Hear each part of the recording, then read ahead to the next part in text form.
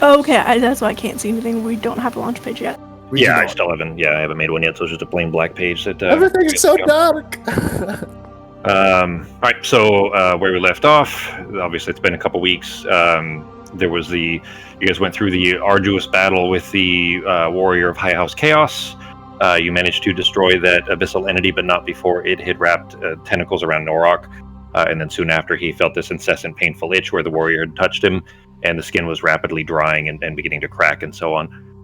So, on a hurried rush back to Termos, you guys kept dampening the skin every few minutes. You were trapped by the pixie troublemaker Sparkle Sand again.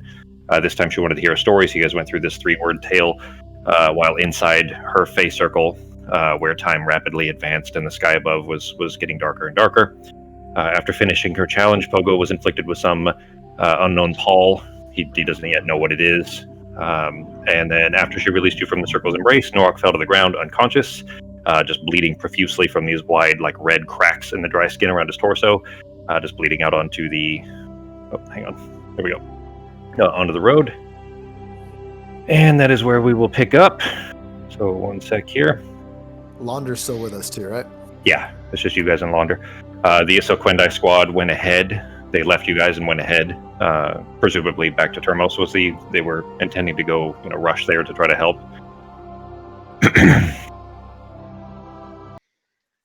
All right. Norok, through the dreamlike fog of unconsciousness, your eyes open on a room that you haven't seen in almost 10 years. If I can find the right buttons for that. There we go. You remember clearly the last time you were here. You had just sprinted the 24 miles between Whitehaller and the sleepy human town, carrying a pregnant and screaming Caserta in your arms, trying your best not to jostle her with your stomps, your footfalls, and so on. She put on a brave face, but the bleeding wouldn't stop, and you knew it was bad. The shaman of your village, Obo, did his best, but her human physiology wasn't responding to Yogg medicine, so you had to make it to the doctor in Meadow Lake, which was her hometown. There you sat, in a chair that was much too small for you, in a waiting room decorated with too many tiny glass bottles, trying to catch your breath, while the nurse Sorsha tried her best to calm you. You sat there staring at a white door that you knew she would never step out of. They were already afraid of you, the barbarous savage from the mountains, and when Sorsha told you the news, you roared in a furious rage and the doctor fled out of a window to escape your bloodthirst. All of this long since burned in your memory, and now through this kind of dreamy haze, you know it's not real. You know that you're still unconscious, especially after do you remember during the fight, G, the kind of vision you had in the water when you were losing consciousness there? Yeah. All right. So, you know that these kind of visions have been hitting you from time to time, especially when you're, near blacking out and so on. But through this dreamy haze, you stand in this room, this too small waiting room that's built obviously for humans, not somebody of your stature. Looking down, you see that same chair that you sat in that day, and behind that oaken countertop, Sorsha is still standing there, looking healthy and normal, as she did back then, except for this kind of sad and maybe fearful-ish kind of a look in her eye. She says, he's been expecting you. We knew you'd come eventually, and her eyes kind of look over towards the door. Then back to you. What do you do? Are they in there? I'm going to ask her. She kind of fearfully nods a little bit. All right, I'm just going to turn that way and start going in there. Okay, Okay, you turn towards the door. As soon as you are approaching it, there's a click from the door, but you get to, you get to it. You're not so, like 5 feet away. Grab the handle, and you can feel that it was locked, but this is. They're not made these doors aren't made to keep someone of your size out. You feel it locked, and just in an angry, beginning to build that same rage inside of you, you just twist the doorknob and it just snaps in your hand. The lock clearly snaps, the doorknob is loose, and you can pull the door open. All right, I open it up and then go inside, take a look. Okay. You step into this is like a prairie town. It's not like a hospital. It's just a pretty simple doctor's office essentially. You step into it. There's a table there, and there's a shape that is huddled behind the table, and looks like it might be shivering a little bit, hands over its head behind the table. And that's the only humanoid person thing I see in here? Yeah. Okay. Otherwise, the office seems empty. You've seen this room before. It's otherwise, the same as you'd seen it before. And this is not what had actually happened. I now remember that, or does not remember that. This was not the way. Right? Yeah, the way it actually happened when you came in this room before, the window was open as soon as you tore through the door, and you could see him through the window, just sprinting as fast as he could, trying to get away. Okay. And immediately after that, originally Sorsha had grabbed your arm and was calling for help, and other people. By the time you had run through the window as well, just crashed through it. Half the town was on you trying to stop you. All right, I'm gonna go see who or what is behind the table. Okay. You go over there. You recognize it is him. It is the doctor. And you reach over around the corner. You put a hand on the shoulder, pull him away. It's the doctor. All right, I'm gonna say, where are they? What'd you do with them? The eyes flare in panic and a lack of recognition. It doesn't seem like he understands what you're saying. Okay. The jaw is trembling. All right, I'm gonna go look out the window, the same place that he ran out before, and see if there's see if I see anything out there. Okay. You step over towards the window, and while you're approaching it, while you're just in the last couple of feet before you make it there, the window when you first came in had these kind of thin white, almost lace-style curtains hanging in front of it, the kind that don't really block any amount of light, but are just decorative essentially. And they were there, but as you approach, they're fading and they're dark and they're beginning to turn old and like they're weather worn. And the window pane itself is broken, and you can see shards of glass that are spilled all over the ground that you can just see through and out and down to the ground. And there's glass everywhere. There's little scrapes along the side. You can see where the glass had clearly cut something that had jumped through previously. There's blood on the tips of the glass. You turn over and look behind the table. The table's knocked over to one side. It's not there anymore, and there's nobody else in the room. All right, I'm going to go out through that hole. I'm assuming I can push my way through, or fit, if it's not already broken enough. The window hole. Okay. There's broken glass on the bottom of the window pane where you would, cut yourself on it. So you kind of push those off just with your hands, just pushing them through to snap them out of the way so they don't scratch you any further, and climb your way through the window. And as soon as you get through the window, your feet touch the ground and you're just in an open gray space. Still dreaming. And we'll come back to you in just a minute, G. Okay. Depending on what the rest of the party manages to do, we'll see here. Yeah, maybe I'll be rolling a new character in a minute. Yeah, we're just gonna let you die. It's fine. Well, so I don't know if you guys remember, Justin. You may not recognize this. I don't know that you've noticed this. Nobody else, I'm sure, has. But look in the chat, Justin. It's going to take a second for everybody to load over. So while it's loading over to the new map, you see in the chat there. Do you see how there's still history in the chat, Justin? Yeah. So look, the last roll, for example, shows that it was 20 days, 21 hours ago. You see that? Yeah. So that was the roll of Norok bleeding out. Yeah. Yeah. Now, technically, it was okay. So here's the thing, right? It's supposed to have been, or as you guys would have normally seen it, it was because Fox had reduced the poison to kind of alleviate it a little bit. It was supposed to be D10s and not D12s, which means it actually would have been less than that. It should have been a lot more than 14 because every 10 minutes would have been rolling that D10, right? Yeah. And it was like 8 hours of time, but I figured that 14 was a fair enough number to not just outright kill him because. If it had been for every 10 minutes for an 8 hours is 6 times 8. So I mean, it would have not been a survivable number, probably. And I figure that with his own resilience on top of the kind of timey-wimey weirdness of the phase circle not being straight time, it's not the exact same translation of time. Then. But he's all fucked up, like little chunks. You can see kind of like a little bit of his spine. Well, so the cracks have broken all the way down to the spine. You see some rib cage in there. Everybody has the map now, right? Yeah, I'm guessing it's nighttime because I can see about 5 feet away from my character. So that's another thing, Justin, is I set, just to make it easier for you guys when it actually is dark, for everybody except for Becky, I just set you guys to have 5 feet of vision so that you can actually find your token when you're there, but technically you can't even see quite that far, really. But it is to represent that there's still some ambient light. But yeah, it is nighttime. It is quite the middle of the night. You guys just having snapped out of the circle. Norak Fuck! just pouring blood out of the wounds around his midsection. Just was from midsection down, is just covered in blood and collapsed on his back in the dirt. Oh, what do we do? What do you do? Does anyone have anything they can help him with? I have nothing that can heal him. I don't have any. All right. Hold on. I'm just going to give him a potion. I've got a potion. Hold on. And I'm just going to go ahead and pour one of my my potions of healing. Okay. Go ahead and mark it off. You kneel down, which thankfully is not far for you, and you just because he's laying down anyway. You grab the back of his head and try to lift just his head with your hand, and just struggling to even get his head tilted up enough to try to pour the. You big motherfucker! Just drink it. Drink this down in your mouth, and I'm just gonna pour it in his I'll help big him try to gullet. lift. Okay. All right. So between the both, I would say the Pogo could just barely do it. It would just take a lot more strain. Fox, actually, if you just How heavy do you think his torch in fucking his head is? It's probably like 30 pounds, 40. I mean, he's a big dude. Big guy. You're 40 pounds yourself. You're going to lift your own body weight of just a head. You know what I mean?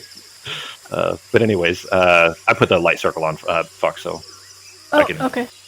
I turned it on for you, so the actual light itself is on, just the measurement circle. Okay, because it's telling.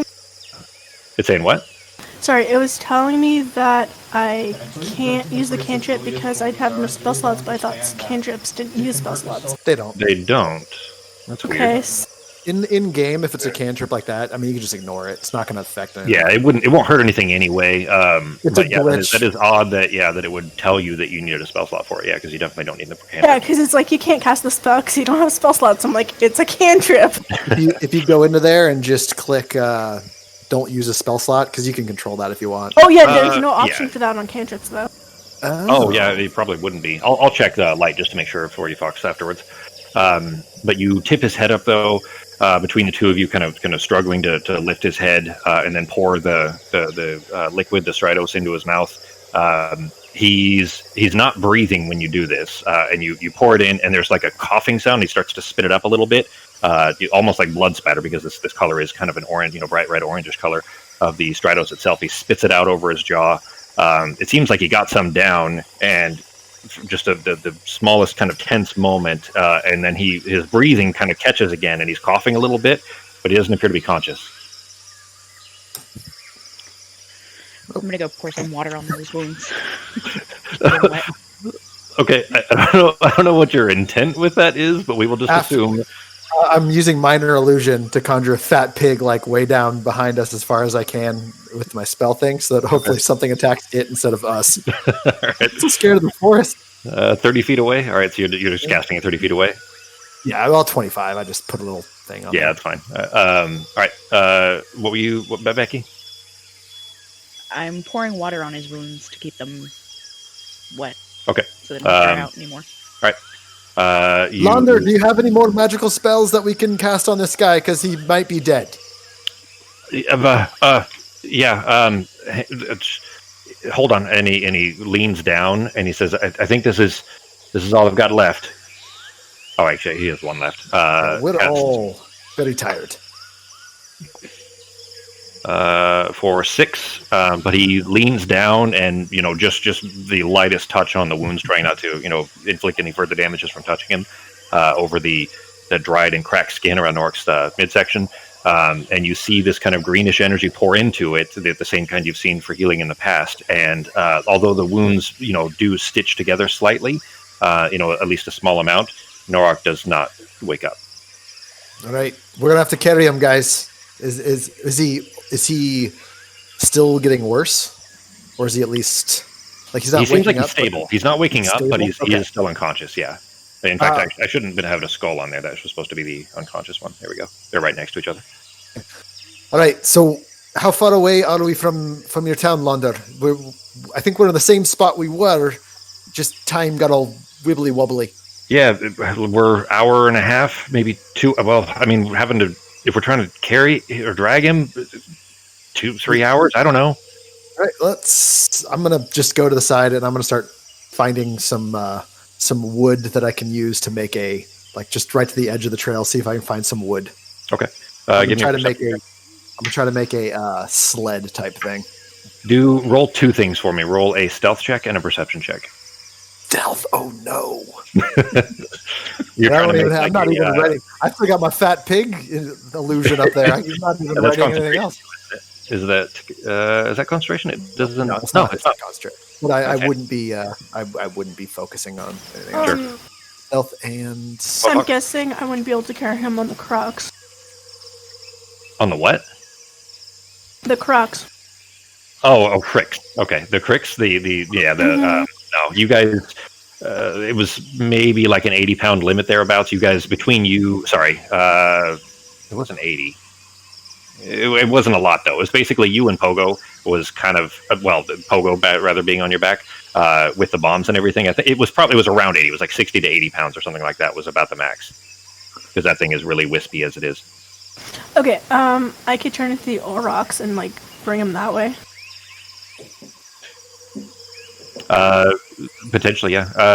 Pogo, though, you stepped your way over to the edges of the road. You guys were basically in the middle of the road after this curve. You notice something moving in the distance. It's really dark. The chorus, which is the moon that you guys get the most light from, since you guys blew up the white moon. The most light comes from chorus, and there's only a sliver of it left. It's so that there just is not a lot of light this night. But there's something moving in the distance, and you hear a somewhat familiar sound, something you had heard a few days previous, of a somewhat primate-sounding grunt in the distance. And then the movement stops, and then you see the movement started moving in your direction. It's just a rustling of leaves and trees, like far in the distance, trees and shit like that are moving. So. When you say far in the distance, like big, like the was before? Real big. Okay. Yeah, like you gather this is either the same creature or one of the same species. Maybe. So I'm immediately giving up on that plan, and I'm running back. Remember, you guys just appeared. One of those big apes that we saw earlier is coming this way. So, I mean, we just need to start moving them. Let's put Do you think you could get him on my back if I turn into an Aurochs? Yeah. We can try. Maybe. Okay. We've got Laundered. He's pretty big. Let's do it. But we gotta go fucking quick. I don't think I can lift it. I mean, seriously? Look at my leg. I'm tired too. Okay, how do I change shape? If she lays down, can we drag him over her?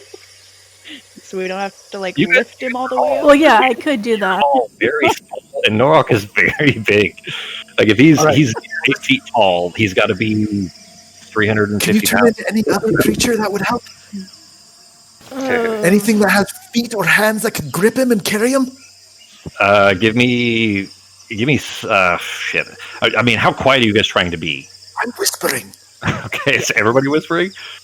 Mm-hmm. Whisper. Yes. I just told them there's a giant fucking creature here. Okay. All right. Give me. Turn right.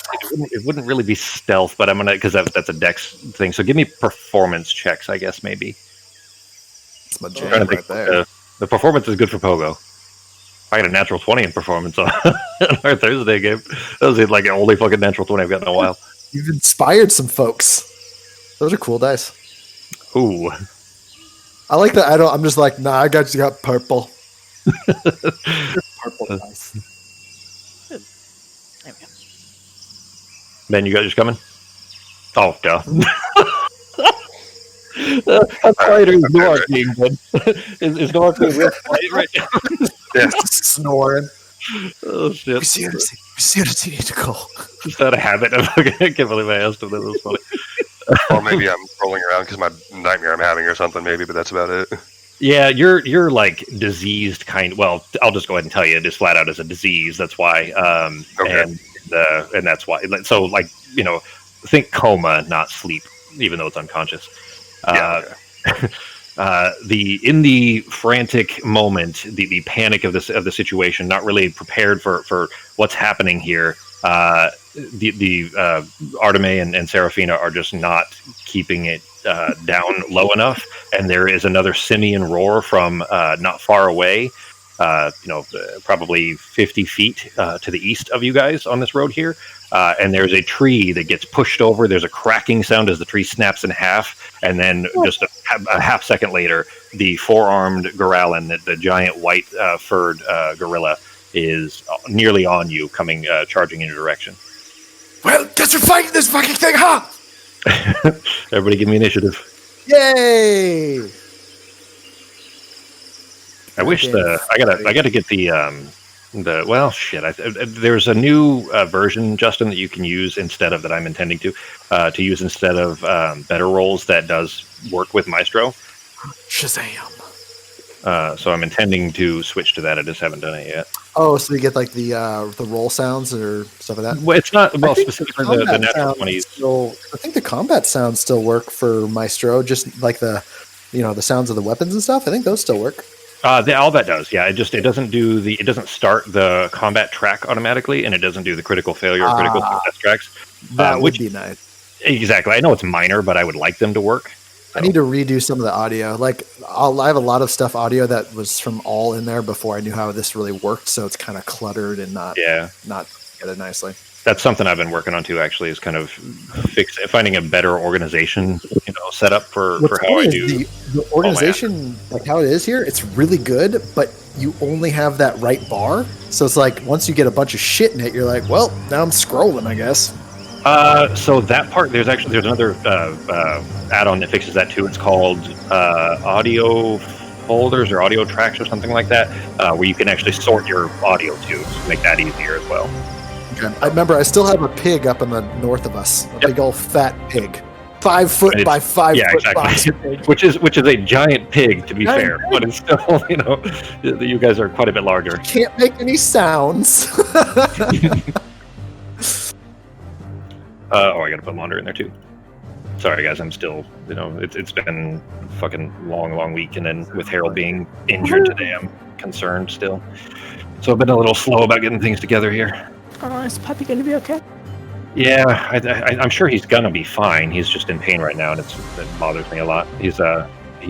So a long time ago, like 4 or 5 years ago, he was playing with a friend, and he was up on my bed, and she's like, playing back and forth with him, and he jumped down, and my bed's up kind of high, and he jumped down and got, fractured his paw. So his front left paw, there's like hairline fractures, and had it x-rayed and everything. Had to have this little spoon thing, like you had to wear like a dog cast, which is like a spoon around the bottom of his foot. Anyways, he wore that for like a week or two or whatever it was. And it's all been fine since, but every once in a while he'll limp just a little bit, but he'll only do it for like a half hour or something, and then he's perfectly fine again. But earlier today he was playing with Esther, and then he's just been limping ever since, and like not wanting to put any weight on it. And at first I was hoping it was just like that sympathy thing, because he's kind of smart and he knows that, if I baby him a little bit, like he wants that, so he'll like play it up on purpose, but it doesn't appear to be that. I think he's actually in some pain. So. Well, if it's fractures, it could just be like the weather changes are affecting it, because arthritis could have set in. Except the weather hasn't changed here. It's fucking 100 degrees still here. Yeah, but I mean, normally, yeah, it absolutely could be. And when it starts raining, sometimes I notice I'll do it more. But anyways, so Ben, so that I didn't leave you out here. Oh, hang on, I put the wrong. Well, here. I didn't want Ben to feel left out here. So what I did, G, is I made a PC version of Launder so that you can play him if you want to. Temporarily. If I can go to configure permission and then set this to owner. All right, you should see another, under the NPCs, you should see another player there for you. Or sorry, Harold. It's actually, hang on, I grabbed the wrong one. I'm quickly going to grab a drink. Okay. I did the wrong one. There you go, G. All right, so under the player characters, you should see one listed for Launder. Do you see him there? Hang on.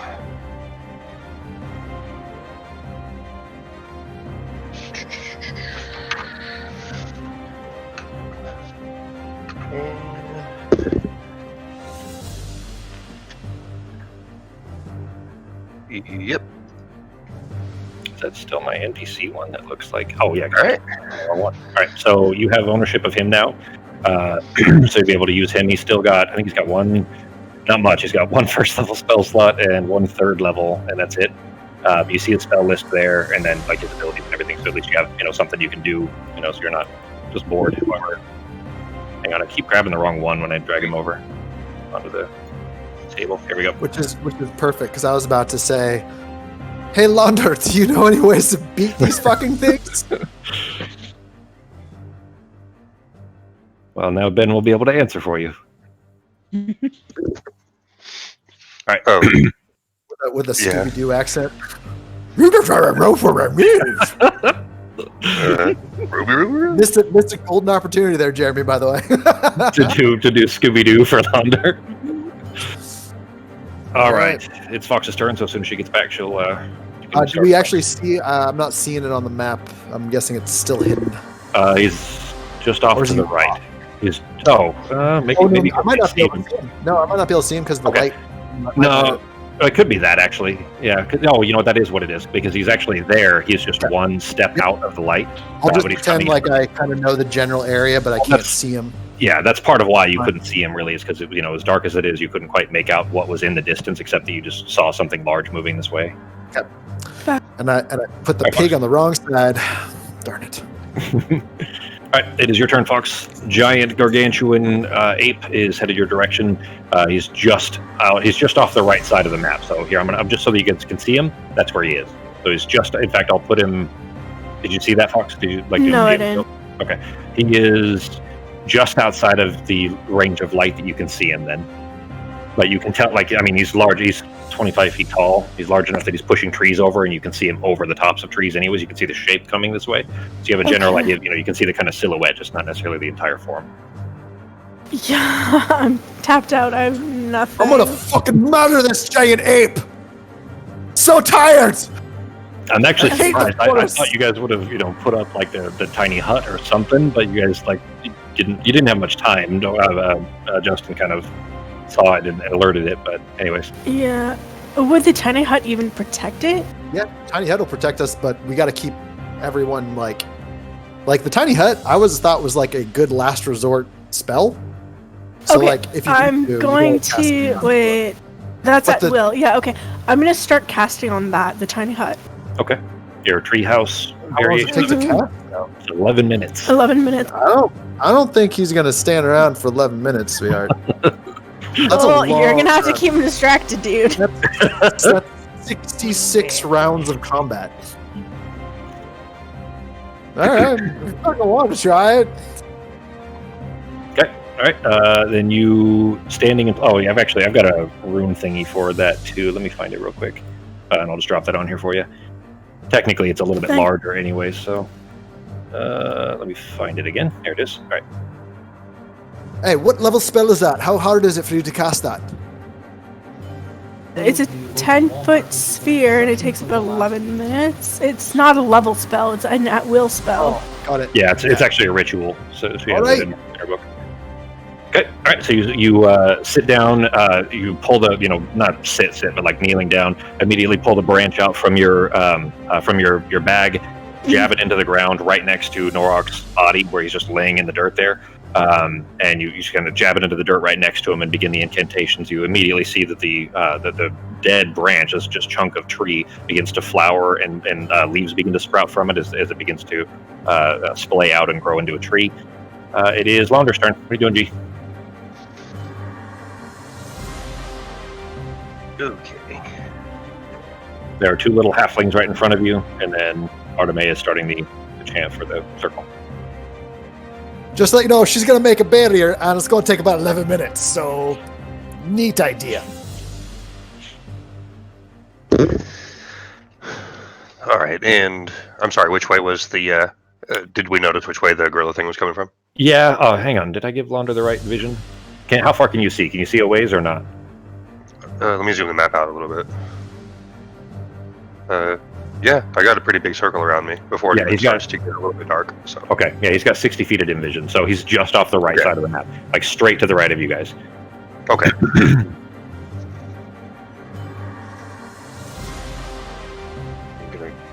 I'm gonna come over this way. Oh, I see him now. He popped up. Oh, okay. So you got close enough to be able to see him now. So Launder's yeah, gonna charge in, he's is over. correct? Yeah, so he's gonna. I'm just gonna, or he, yeah, just try to kind of move over to the other side and possibly get in the way if he has to. And Just like interposing. Yeah. You guys, on a really big plus side, I did gather a bunch of blood at the last place we were at. So we've got blood. I mean, maybe Pinocchio will save you. Maybe this guy's afraid of a Pinocchio. Yeah. Let's see. Yep. Ooh.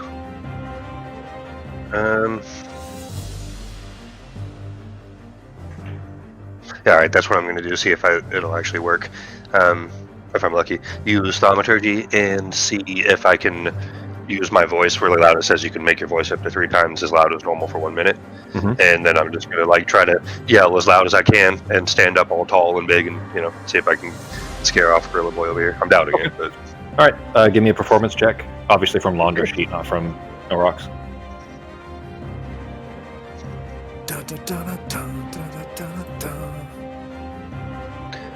Right, incoming.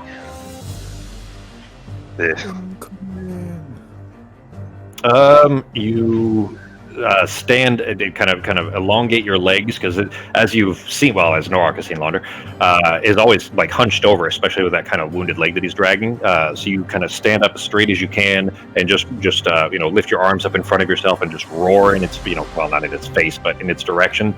It does not seem phased. Okay.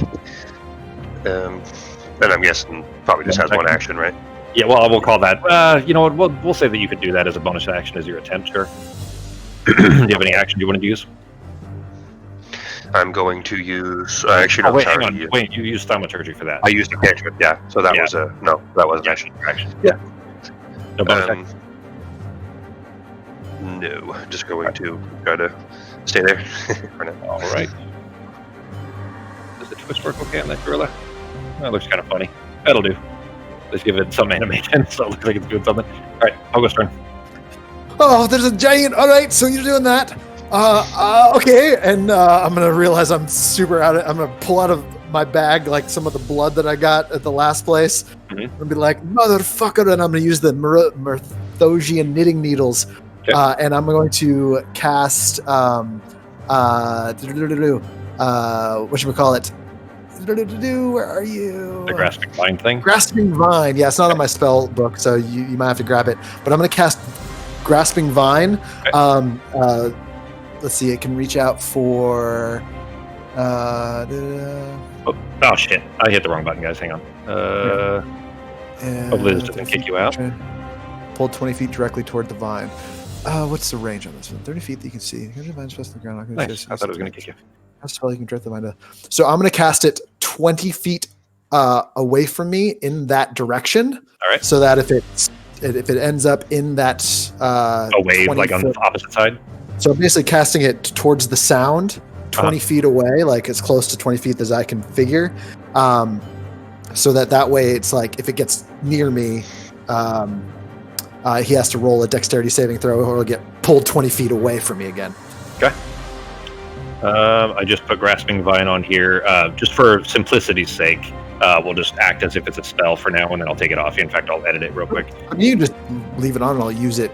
Oh, yeah. It's not. I can just say not to use spell slots. I don't use it very often or anything. So there, I just made it, and I'll also change it to at will real quick too, and that way it will prompt for not using a spell slot, but it'll prompt you for a range or an AOE or anything. Okay, go ahead and hit your. It's on there now. You can do. There you go. All right. DC 17 for him. All right, so you. Just gonna let you know, it did the same thing as it did for. Yeah, because this is a normal spell slot. It is, or this normally would require a spell slot. I haven't set it up as an item right now. So you grab the vial of blood from your bag and pull one of the needles out. You dip the needle into it and begin to stitch it back and forth. And you see this kind of glowing energy lift away from the tip of the needle where it touched the blood in the direction that you had pointed to, and. From the ground there, a kind of crimson-y vine snaps up out of it and snakes out towards the Goralin here. It's called a Goralin, by the way. Try to stay around that area, and then it'll pull him away, hopefully, towards that vine. Everyone. He rolled a 7, so he did not roll real good. Direct the vine. Right now, I don't think it really matters, because it'll probably pull it closer, but later. Okay, so what was that? How far out could you put it? 30 feet? 20 feet. Because I think it only lasts. It has a 20-foot radius. No, so here's okay. You can place it up to 30 feet away from you. Yeah. That's where it starts from, and then the vine has a 30-foot radius around it. Okay, then I'd probably put it 25 feet away. I'd still keep it, because it won't. Does it do a creature, bad creatures or all creatures? Whatever you tell it to do. Oh, then I'm just gonna have it. You can direct it to lash out at a creature within 30 feet of it. Perfect. All right, then 25 feet. So we'll say it's direct line to here, lash out and it's a 20 foot. Yeah. All right, so right there, which he's actually just bare. I'm going to go ahead and say that he was in enough, just enough that he is stomped in with one of his because he's got 4 arms and then his 2 legs. So we'll say that his, one of his front legs, like his frontmost arm that he's running on like a gorilla, his fist is down into the ground just as the Crimson Vine wraps around the wrist and yanks him to pull him in the direction of the vine, which pulls him to here, towards the center. He rolled a 7 on his dex save, so he did not succeed, of course. Yep. Is yanked into it, and almost directly in Launder's face. I would say the Launder, especially being a little bit, of a scaredy cat already, is probably utterly terrified. I'm not going to impose any kind of a penalty for it or anything. But, is probably really scared, with this thing yanked right in front of him. But he is. So we can keep him in this fucking circle, guys. All right, and then I'm going to move 5, 10, 15, 20. 25 feet away. Okay. And just to double check, I don't think I have a bonus action that I can do, but I will double check. No. I got nothing. Okay. I can control the vine as a bonus action, but besides that, no. Oh damn it! You weren't supposed to see this down here. I did not see anything. All right, good. Well, it's actually, I think it was outside of your guys' range for your sight anyways, except for maybe Sarah. It's hidden now, so it doesn't matter. Anyways, then that brings it to the ape's turn. I'm going to say that it takes one of its turns because the vine doesn't restrain it, it just yanks it in, and then as a bonus action on your turns, you can use it again. Yeah. Mm-hmm. So you can keep repeating it, but it doesn't otherwise, prevent it from moving or attacking or anything. And he is going to then, I'm going to say that it takes one of his attacks. Unfortunately, he has 5. So yeah, Launder's dead, man. There's no fucking way. I mean, he's got one with each arm, and he's got 4 arms and then a bite is what he has. But the good news is he needs his 2 forearms, his 2 front hands, basically, to do one of his attacks, to do one of his specific ones. So that said, he is going to use his right hand to reach down to the left paw and just rip the vine away. The vine snakes back and begins to rear back, prepared for another swing at it. He is going to then lunge at Launder and just a square punch with his with his right fist at Launder here. I don't remember what Launder's stats are. DC, you're gonna have to check for what his HPs or what his Oh, I apparently turned off better rolls for how do I turn that back on? But maybe we'll get natural 20 sounds for tonight. 16. Yeah, That hits. All right. Yeah. Then. You can kill a Chaos Warrior, but we're all going to die from a giant ape. I mean, you guys did that, and then no rest, no moment's peace or anything, and then this. So 8 hit points of damage to him. G. Okay. You remember how to apply it? Yeah. And then is going to just rear up and using his kind of torso arms, just to claw with both, just to slash with each of them. Oh, I guess I could have just used the same one. A natural 20 on one. Ooh, farts! Oh, Where thank God. the purple dice come from? Oh, wait, that's not right. Oh, was it you rolling that? Okay. No, Ben, I don't you're... think it's let me change the numbers on here. You're attacking as Norok? Yeah, you were rolling Norok dice. Ah! They're on Launder's page. I was trying to change the hit points on Launder's page. Oh, okay. It's all right. I'll do it for you. Yeah, I don't think it was letting me change it. Yeah, it's because you're still logged in as Norok, not as Launder. I don't think it likes having 2 different players that you're attached to at once. No big deal though. All right, second attack with its claws. 16. Does that hit? Yeah. All right. Launder does not have a great AC. Launder, no. Oh, I didn't roll a crit though for the first one because that was. Oh wait, yeah, the crit. Hang on, I didn't roll the crit because I saw your attack rolls going off. All right, so 10 more. That's 18 down before the crit. You guys may lose your little NPC helper too. All right, damage and critical hit for another 20. Fuck.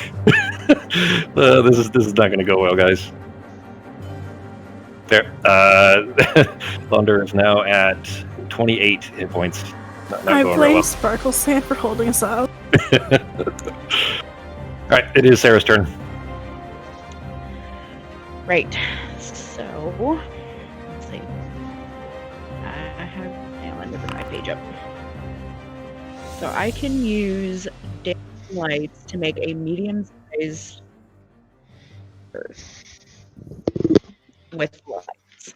Wait, you can do what? Vaguely, it says that you can also combine the 4 lights into one glowing, vaguely humanoid form of medium size for dancing lights. Okay. So I'm going to make a vaguely human form of medium size and pop it right in front of his face, either hopefully trying to blind him or at least distract him. Okay. Let's see. Glowing person.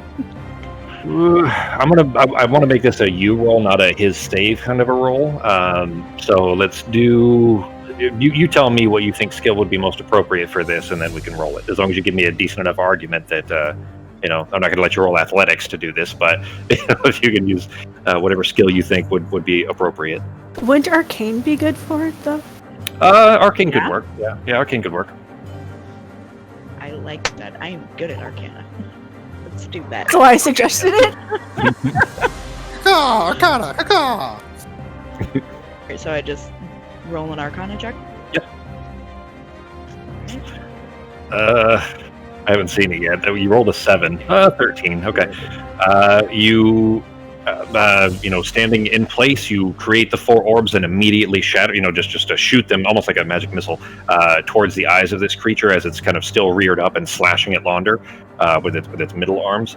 And the 4 orbs coalesce in front of its face into this kind of vaguely Sauron kind of shape, like the glowing eye, kind of a humanoid shape in the middle of it, right in front of his face. He's still swinging at Launder. You can't tell if it's had any impact or any effect. It doesn't appear to have, at least at the moment, but it's all just too hectic at the moment to really tell. Any bonus actions?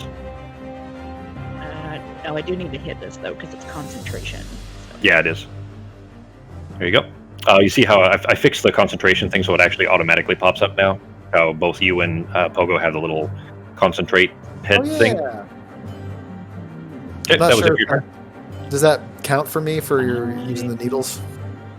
No, because that's not actually, when you're using an item from it, it won't count. So let me actually turn that off. It's okay. No. It won't count though. Using it as an item, I think by the rules as written, I think it's intended to. If you use an item to cast a spell, it would normally be concentration. But we've already in the past ruled that that's not that's how people do it at least. Yeah. All right. Gotta concentrate on my staff.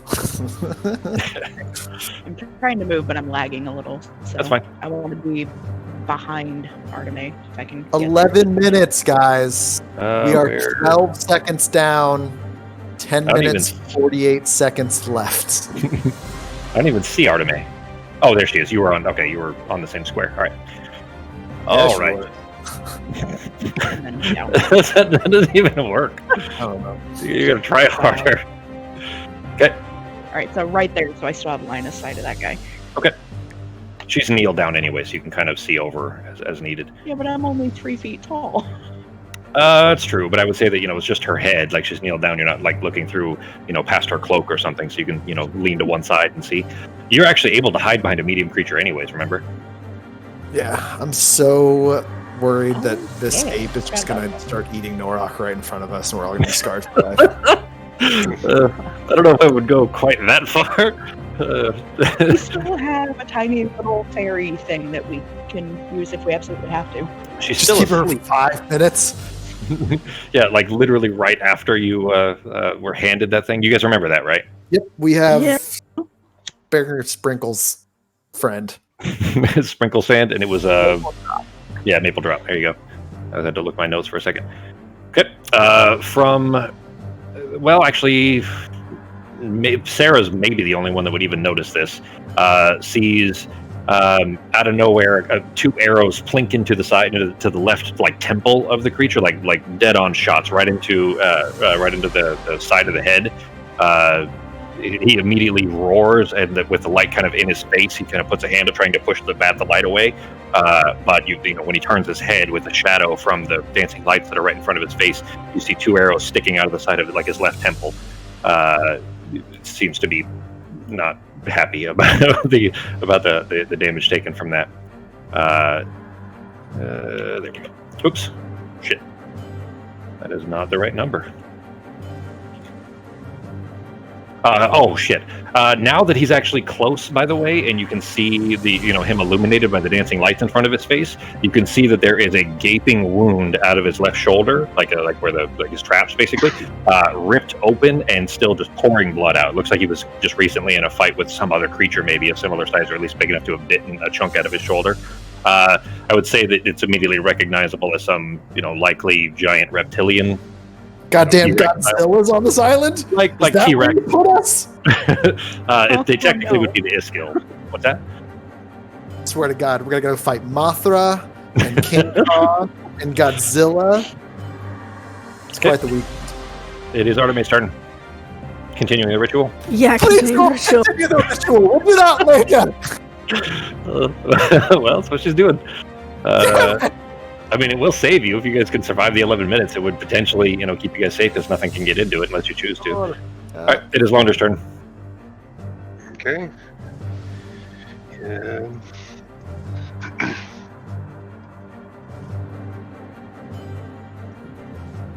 Crap. All right. Do wolves have any neato things to where you can escape and not get attacked and mauled by this fucking thing? He's a pretty simple NPC. He's basically, got some cleric spells, and that's pretty well cleric/druid type spells. That's about it. Yeah, spell, I also don't want. Avoid sharp teeth. Yeah, avoid sharp teeth. Protection against sharp teeth. Yeah. A couple of spell slots left. Maybe just try to heal himself. See if he can save himself. Let's see.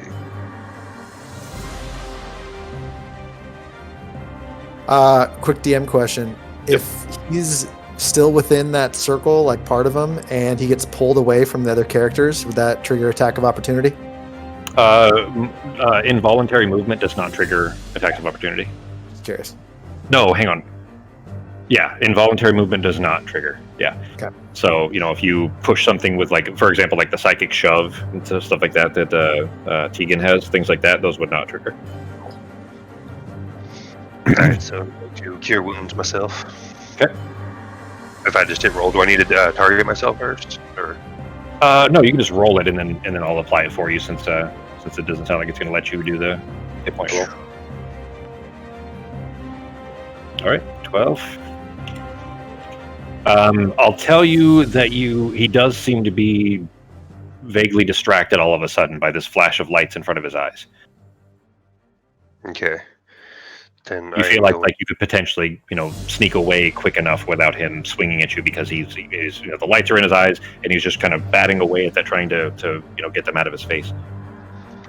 All right, then he's going to just kind of move back like this, hoping that he's, still.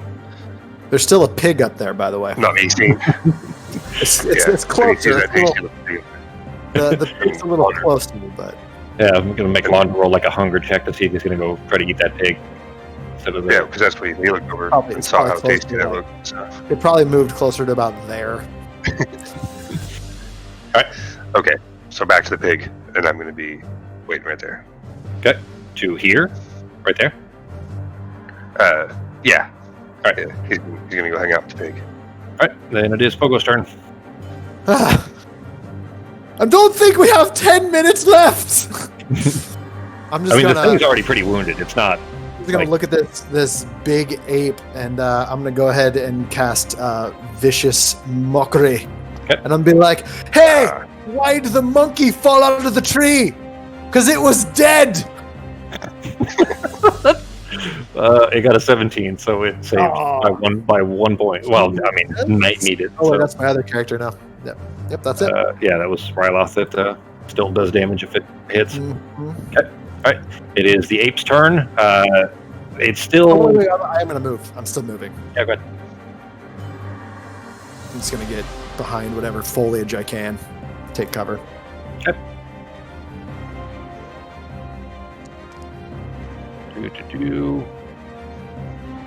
Okay. It is still standing in place and just swinging its arms wildly at the light that's up in its face, but it kind of falls forward after being shot at, and then seeing its prey begin to escape and launder. It kind of falls forward, and in so doing, the lights are now back behind its head because, of course, it falls through it. It's not the light doesn't follow its face automatically, right, Becky? And they don't automatically follow, right? Don't you have to control it to make them move on each turn? You can set dancing lights to follow something, though. I think so. It's Yeah, a because It's what? a bonus action to move the lights. Yeah, that's what I thought. Yeah, it's so. I mean, we regularly do it when you guys are out of combat, but in a fight, when the time matters, basically. Right, gotcha. Move them, and you can move each of the 4 individually. Yeah, so it would be on her turn. She would have to be spending her bonus action to keep them, in his face or whatever. But he kind of lands forward with them still kind of coalesced in this kind of humanoid shape up behind its head as he's now down on his haunches, and charges just straight forward at Sarah, and kind of over the prone, unconscious. I would say corpse, but still partially alive. Norok. And is going to swing at both Sarah and Arteme with his claws. Actually, he's going to attempt to grab Arteme first. In his 2 front hands, he reaches down and tries to just kind of palm slap his hands together around Arteme. Arteme, it is a DC 17. You can actually roll either strength or dex. You can roll either athletics or acrobatics to try to escape if it's a DC 17. Okay, hang on. You said athletics? Or acrobatics, whichever one you prefer. I'm gonna go with athletics, please. Okay. I'm proficient in it. Acrobatics, not so much, and that was ouch. I only got that because I got a +6. I rolled a 3. Yeah, I'm surprised, actually. I would have thought you would be proficient in acrobatics, but you're proficient in athletics. Okay. Yeah, the arms just smash around you. It doesn't actually injure you from this, but it's just crushing you, just immediately kicking the air out of your lungs. It does interrupt your ritual, but he immediately lifts you up with his front arms and brings you up toward his mouth and shoves you in between his jaws and bites down. Which he gets an advantage on because only 10 and a half more minutes. For a 24, I assume that'll hit, Fox. Yes, because 16. Yeah. By that much. It's only 15 damage. Doesn't do that much. You remember how to remove it from yourself? Mine is. And Yeah, if you click on yourself and then where it says 42, just right. I'm at 27 because we had finished the other fight, and then we got into the sparkle stand stuff, and then we tried getting Norok to safety, and then this. So you sound unhappy with the DMing decisions that I've made to make things hard for you guys. No, it's just like we didn't really want to camp out with Norok there because we couldn't, because we were trying to get him to a doctor because we're completely tapped out. So the totally decisions were like. It totally makes sense. The situation is not a good one for anybody. You guys did choose to come here instead of going into the city, but Yeah. As Justin tends to remind you guys, you could have been at a carnival or whatever on holiday. After its teeth sink in just around your midsection, just being punctured by multiple. They're not carnivorous teeth. They're omnivorous teeth. They're small and compacted for chewing roots and so on. Clearly, it doesn't eat people. So it's a herbivore. That's the impression you gather. Okay, because you said omnivore, and omnivore eats like anything. Well, yeah, omnivore eats both, and in the opportunity they can find a small bird or something like that, sure, but it's not hunting deer and things like that. Okay, gotcha. It doesn't have canines and incisors. Anyways, after biting you, though, it just lets go with its right hand and it just flings you off with its left hand, like frisbee style. So you're feet overhead, just spinning like a disc through the air. Roll a let's see, roll 4d4 for me. So there's a minimum distance at least, as it kind of throws you down.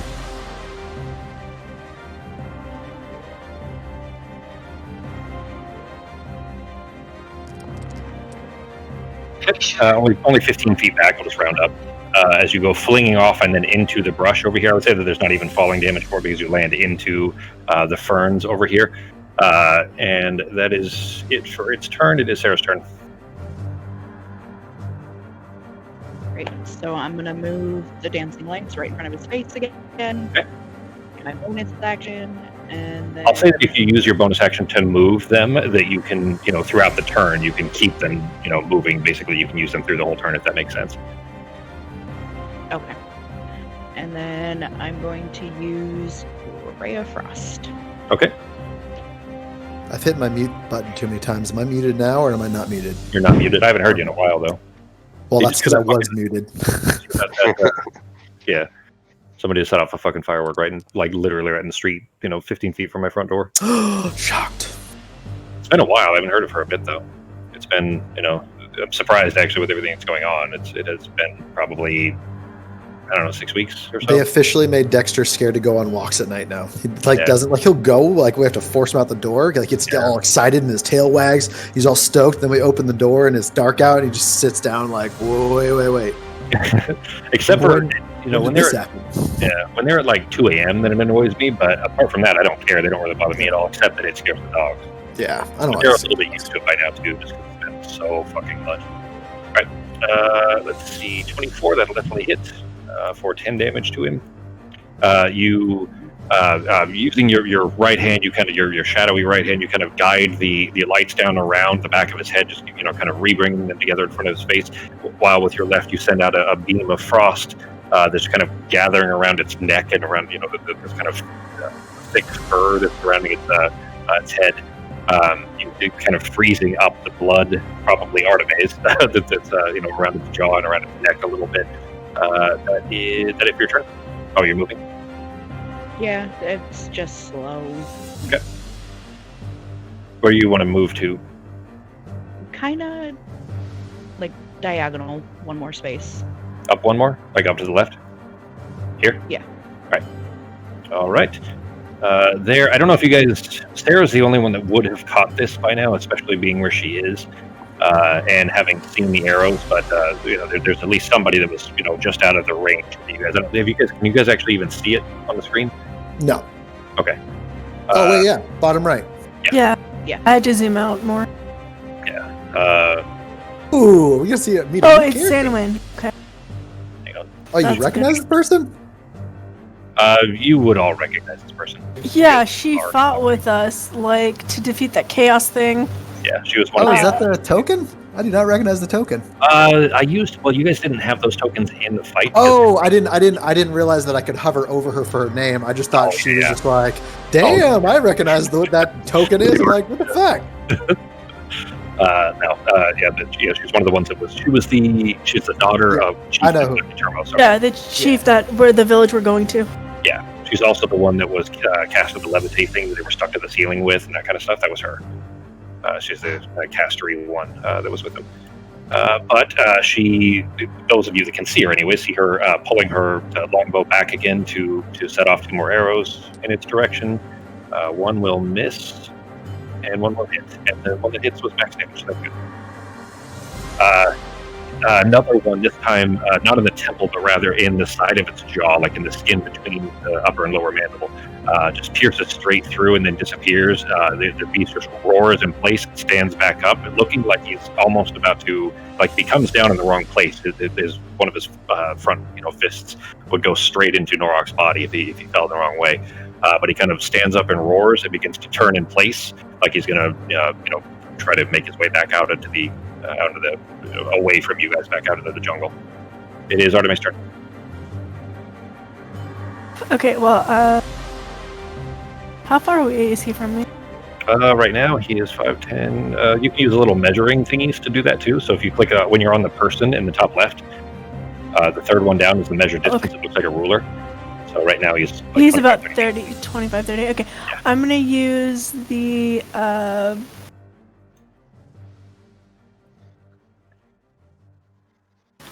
braided, the green braided lash whip. Go ahead and click on it. Are you trying to restrain him or trip him or anything? No, because I can't, because he's too big. Or if the target is large or small on a hit, the user can attempt to. Okay, Yeah, I guess he'd he's be huge. considered large. He's huge, actually. Yeah, he's too. He's No, one- so I would just be trying to damage him more than anything else. Then you yanking the whip off of after being thrown into the brush, you kind of right yourself up, still like kneeling slightly. You're not, you were knocked prone. So are you standing up? Yeah. Okay. All right. Then you stand up first, spending half your movement to do so. Pulling the whip off of your hip there, you just send it out and then crack your wrist backwards to snap it at him. Hang on. It is 13. Okay, I was thinking it was 14, but it's 13. The end of the whip, you see it as it's midair. The end of it kind of splits open, almost like a lily. You guys know the lily flower. And the kind of tongue on the inside of the whip just lashes around its ankle, around its rear right leg, and pulls away from it, just lacerating the flesh off of it. It will do bubbles. It'll do the initial damage and the necrotic damage because it is a fleshy target. Mm-hmm. He is in very bad shape and attempting to leave. Bonus actions? No. All right, and it is Launder's turn. What are you doing, G? He is like dangerously close to stepping on Orlok right now. All right. I am going to use Sacred Flame on and burn his ass. Okay. Ooh, unaware you had that. Go ahead and click it, G. You had Sacred Flame this whole time? Shit. Oh, DC 16. All right. He Ooh, saved. that'll do it. Well, he saved, so. Yeah. Crap. Do you by any chance have a neat half damage? That doesn't say anything about half damage on there, so Yeah, I'm that's assuming okay. not. Is So it a cantrip, by the way? It is. Yeah. Okay, And cool. it's actually one of the ones that, remember I told you guys when we were finishing up or starting to start using these scaling cantrips thing? Well, I looked through all of your guys' cantrips and you guys don't have any of them that aren't already scaling. You guys pick the good ones because the bad ones don't scale very well with level. And that's one of the ones that doesn't scale with level that I intended to upgrade, but because this is, presumably a temporary character, depending on if the No, we're taking him with us, man. We're bringing him back to the other land. He's a boy. We got plenty of rooms. Oh, you do. You can start gathering, like Sukoden style, start gathering I followers. want to. Let's do it. Build up an army. But you send the Sacred Flame over his direction, and it lands, it touches him, but it doesn't seem to burn through the fur, and just peters out. Any bonus actions? No, I think I'm just gonna stay put too. And it is Pogo's turn. Yeah. All right. Well, as my bonus action, I'm going to command my vine to pull him away from Norok, snatch him back into that circle. Let me scroll up till I find the save again. It's a wisdom. Two. No. No, it's a vicious mockery there. I'm also going to cast Vicious Mockery again on him. All right, Grasping Vine is a DC 17, which you got an 18. So Damn it! But the Vicious Mockery, well, that was the 18 for the Grasping Vine, Yeah, not for the the pull. Vicious Mockery. So here's the Vicious Mockery. There 11. it is. Alright, so And I'm just gonna yell at him and be like, I bet you like bananas because of the appeal. Well, you say that to him. He, looking over his shoulder, you can see this kind of fear replacing what had been rage in his eyes over these, kind of wide, just bleeding jaws, because he's just, it's got a big chunk of missing out of his shoulder, and he was already badly injured before he even got here in the first place, but is in very rough shape and is clearly trying to run. The anger in his eyes and rage and fear as he's beginning to pull away from you, clearly not in good shape, and the psychic damage injured him. He is barely clinging to life. Anything else? No bonus action. I'll move 10 feet further away behind whatever this is. Right. Okay, then it is his turn. He is going to run. He's going to use his movement and dash to get away. His movement is 40, so he's going to make it 80 feet away. He'll be well off the side of the map. For simplicity's sake, we're going to say that he's 80 feet from where he is now. So if you guys are trying to do anything else, you'll have the option to do so. But it is 40 feet to there, so he's basically, imagine that, and then he's another 40 feet off the side of the map. Okay. Nope, I'm not doing shit. All right. Well, he is. He's actually further than this. Well, I'm not sure if you guys can actually see. So since you can't anyways because of the darkness, I'm just going to go ahead and move him. Sure. Oh, I didn't even make the canvas that big for me able to get that far away. He is well off the side though, but still, potentially attackable if you guys are going to do so. So it is Sarah's turn. Right. Well, the only one that I could send to reach him right now is Firebolt, so we'll just do that. All right. Just toss a Firebolt in this direction. Okay.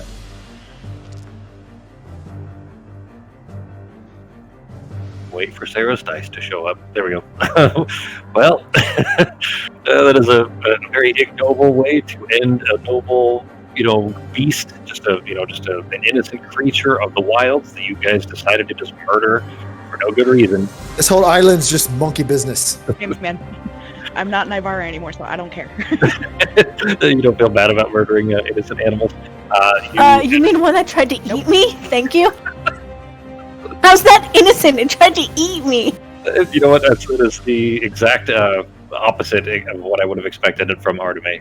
Trying to save the wild as well, but it did, bite you in half almost. So. Okay, yeah. Normally I would say just leave it be, but at this point it tried to eat me, and I'm exhausted. I just want to go and not have it come back and try and kill us again. That is plenty fair. As it is trying to make its escape, loping in its injured way, using its gorilla kind of leaping over the brush. It pops its head up just to make it over a ridge a little bit of a distance, and just in that moment, Sarah sees an opening and sends out a bolt of fire that impacts the back of its head. The creature falls forward, knocked unconscious. There's a groaning sound, like it's clearly in pain as it's bleeding out in the distance, and then there's just silence, and the jungle is quiet again. That, and to be fair, if it had a huge chunk bitten out of it, I don't think it was going to survive anyway. Guys, I'm a little worried about whatever took a bite out of it. Yeah, maybe we should hurry this along. Am I crazy, or were there arrows that hit that thing in the side of the head? No, there were. Yep. Hello? Down in the corner. Where have you been? We've been waiting in Termos for... Yeah, you've got a ferry problem. There's a ferry... to Norok, immediately kind of kneeling down and starts to... She pulls a vial from her pocket, same Stratos, the same color that you would have seen 5 minutes earlier, less even, and begins to try to pour it into his mouth, seeing no impact. Yeah, I know. I ran by here half an hour ago, and when I ran by, there was a thinny, so I saw it, and I thought she was just playing tricks, but I didn't think you were in there. We were, sadly. She wanted us to tell her story. It's not long bad. story. We'll tell you about that later. Can you fix our friend here? Do you have any way of helping him? Keep him moist. He needs better skill than mine. I'm not a healer. I'm gonna turn into an Auroch and then put him on my back. Somebody hop on with him to keep his skin moistened. And we're gonna get him to the... Wow. Jeez. Dustin is always ready to call these selfish options for folks. Shotgun on the Auroch. Sandway says, "How do you intend to lift him? How do you want to even get him up there?" I'm gonna kneel down, go as low as I can. You guys are just gonna roll him onto my back-ish? I'm afraid I'm not that strong. Launder, do you think you have it in you? I can try. Hey, Pogo, you still got that vine thing up? You think maybe if she Oh, laid wait, down next hang to on, it, hang the on, hang vine on. would pull it on him? I mean, do I have that kind of control over that vine? Okay, give me a second. Give Okay, me, I don't think I do. I It's also more have of a a- giant That's an awesome eagle. idea, though. I like it. If it was over like a flat plane, like pulling it onto like a flatbed truck, absolutely. Onto a bull's back. If Not- it, if it was, it doesn't give me that kind of Okay, state. I have a giant eagle. Can I grab him in my talons? Yeah. Well, how big? A giant eagle might not be big enough to carry 800 pounds. He's not 800, but he's 350, 400 pounds. Still, though, I mean, Would the giant eagle work? I don't think so. Let me look here. A giant eagle. It depends really how big they are. yeah, because eagles, like a normal eagle, can probably lift about 15 pounds. Yeah, I mean they grab goats and shit. Well, golden eagles do, like mountain. Yeah, that's the biggest eagle in the world. Yeah. Like albatross and stuff like that will grab goats and things like that too. But let's see, it is just large, so no, it would not be big enough to be able to carry that kind of weight. Okay, so the Auroch it is. Sorry, guys. Just all right. So you just lay down on your Don't you? whatever Do we have kind of feet you some way have. do we have some way to get him out of here? I mean, I can move us through through plants to get us to someone that can help him, but there's not. And she's looking around. There's not a tree large enough or anything here to move him through. Move him through. I can walk through plants and move to appear at another plant, but he's without him able to walk. I don't think that can help. Don't you guys have? I mean, you're well known. You guys seem competent enough. You killed that thing, okay? Yeah. Don't you That have? was for us. That was like 14 minutes ago. Do we? Hold on. I'm just gonna spend the next few minutes looking through my bag and trying to figure out what I can do. Orc does still seem stable, by the way. Like I didn't. You know what? I'm not going to be that kind of a dick. I was going to say I wanted to roll like percentile dice to see if he would have, accidentally stepped on Norak because he was like right. You guys were all right next to Norak, and he'd Yeah. run at, that he would run at whatever was moving, and you guys were standing right next to Norak, so of course he would run at it. But I just imagine if he had stepped on, and finished Norak off, like how lame of a character death that would be forever. We can, so that we no, that would take spell slots. We don't have that kind of time. Please. We can stay here for overnight. Do you think he would survive overnight? Do we have enough ways to keep him moist and stable, or is that? I'm not a doctor, so I don't really know much about these things. Ben, give me a medicine check on Launder, please. Okay. You I guys could can also do a medicine as well if check. you want. Yeah, go ahead. Pardon me. Natural. I can always stay. What, Becky? I can always stay up and keep water on him if somebody wants to, carry me like Norak did with Pogo, so I can sleep the next day, so I'm not exhausted. Backpack. Exactly. That is the new verb for backpacking. Well, we only have to get. Do you think there's medicine back at your village, Tormos? Is there medicine back at Tormos that might be able to help him, or do we have to get him to the main city? Launder is our healer. If he can't do it, we would have to go to Merethalis maybe. But Ben, the medicine check you made, you're certain that Norak is stable. He's okay as long as you guys can keep him from taking any further injury. Then he'll be all right. It's just a matter of you need to be able to cure whatever this disease is that's on him. And All do you right, think he Launder would be will all help right if we kept him moist overnight and then started out in the morning? We could technically, guys. I mean, we can take him all the way back and then get sent back here using that circle of return. But I can't do it like right now. If we were going to do it, it's going to take us an hour, but we'll be I on can a do whole it, and different it'll be done continent. in 15. Where is this this is the teleportation you're speaking of? The circle, yeah, we can create a teleportation circle to take us back where we came from. Can we all Or go? they can always How many Yeah, people that's can go? Yeah, it's a 10-foot radius circle. As long as everybody can move into it, then within 6 seconds, then yeah, everybody. Lander, Sonway, you guys want to go for a quick adventure, a little joust around the world? We'll be back in the morning. Sure. If we can get him help, sure. I mean, for all you guys have done for us, it's the least I can do. All right, well, hopefully Ozzy can get us back here to get what we need to get back. Fucking Christ. So, I'm sure so he Launder, will. Ben, Ben is Launder okay with going with Ben's other character too? Yeah, he is. Launder, let me tell you about this. We have ourselves an entire castle, plenty of rooms. No. No we one will have- judge you for your, extra layer of fluffiness. We're very inclusive. Yeah, I got to try to help the big guy out, so I'll do my best. All right. So- Well, why don't you guys let Ozzy know that we're coming, and I'll start casting, and I'll use my 3rd level slot to make it 15 minutes. Okay. 3rd level slot. She has a Nothing. yeah. Well, it was literally she didn't have any spell slots either. She she has an item called a Pearl of Power that lets her get a Got spell it. slot back. Yeah, she used that to get 1 3rd level slot. And that was Sunway, you coming with us too? Yeah, I mean, it's like I said, it's the least I can do. As long as you guys said that you can, bring us back. I mean, As long as we don't move back to where we're at and it's just complete catastrophe, which has never happened before. It's always perfectly fine and calm where we're going. So, I mean, barring some other disaster, then we should be fine. you guys He's did. exaggerating on that. She seems to recognize that he's exaggerating and kidding. But you guys did just talk to Ozzy an hour and a half before this, or so, maybe 2 hours before this, with his little force ghost It's been thing. longer than that now. Well, yeah. Now in the real world, yeah, it's been Fucking ever. Yeah, it's been an hour-ish since then, since it's midnight now. Technically, a little after midnight. It is the 23rd of Harvestry now. Moon Day. Anyway. Does anyone know? He doesn't have to be unconscious to do this, right? He'll just come along with us. Can I make it so he's like in the center of the circle, so he'll automatically go with us? I was going to ask you how you were going to draw the circle. So as long as I'm gonna lay on his legs. Still trying to inside.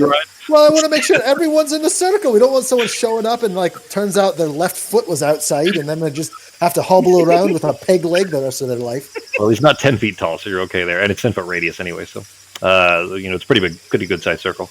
Good enough for all of you to fit in there, even with Launder and Sandway, anyways. But so here's the difference, right? So if you did pass with or transport via plants, which is the spell that Sandway has, that is walking through a tree. So you have to be ambulatory enough to literally walk into a tree that is big enough for everybody to walk through, right? And then you step out of another tree in another place.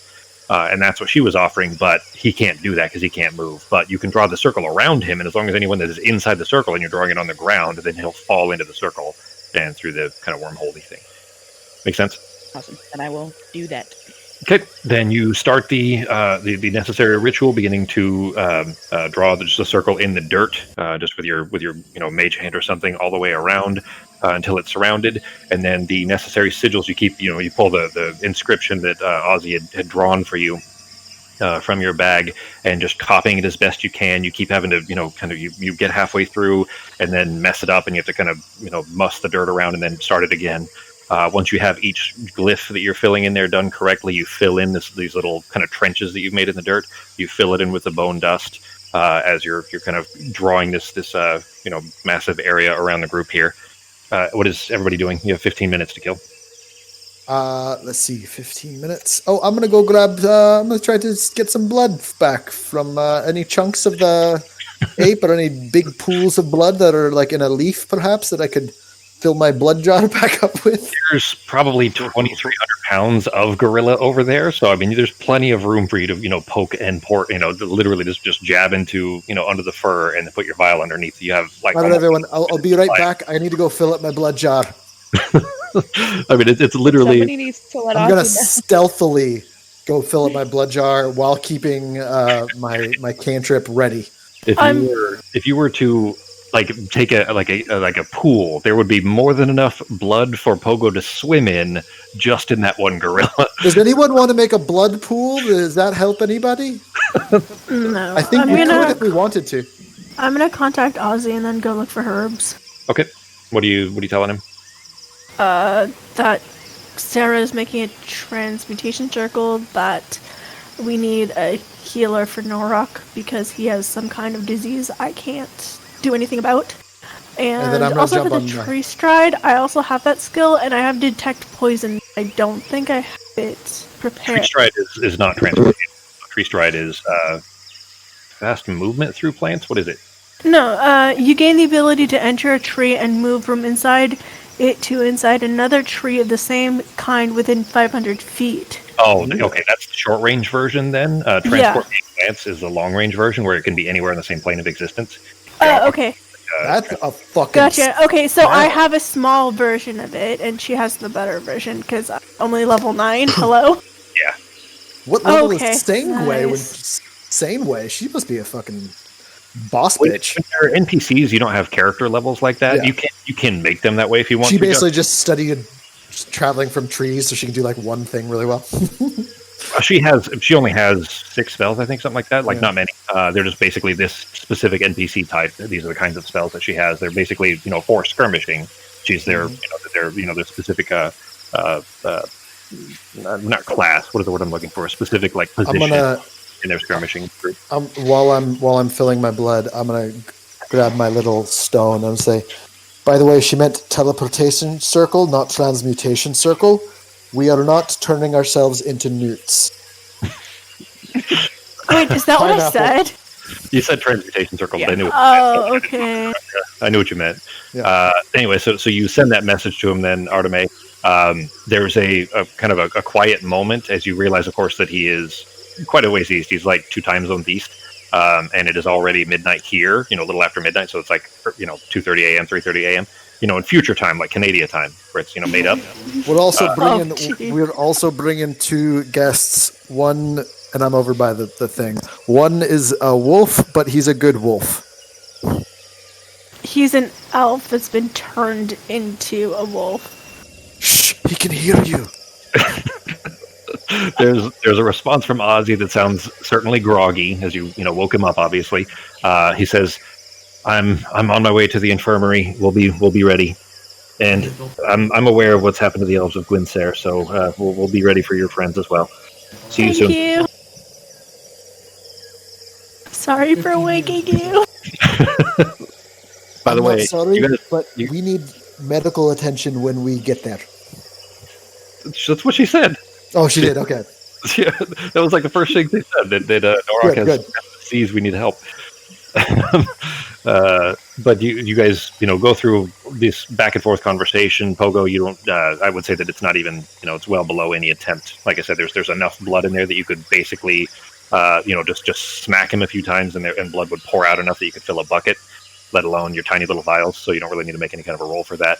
As for your stealth check, you moving out into the brush in the area of the gorilla, he has smashed down all of the. Remember, the sides of this road are pretty dense trees the whole way around. But Remember, I have no light around me too. I am stumbling in the dark. you didn't go super far, and the dancing lights are. No, actually, they don't go that far. Yeah, so you're kind of stumbling in the dark then. I can send one with him. Just move it as You a have bonus to action. focus on the ritual, though, not really focus on bonus actiony moving dancing lights. I would say that you could have initially told it, put it out in his direction or something like that because he said he was going that way. You could have had the forethought enough to kind of put it over the gorilla so that you could see. But Pogo, you don't have any trouble gathering it. You do see a lot of. There's just a ton of nocturnal life out here in the jungle. But you don't see any, large predators that seem to be of a concern at the moment.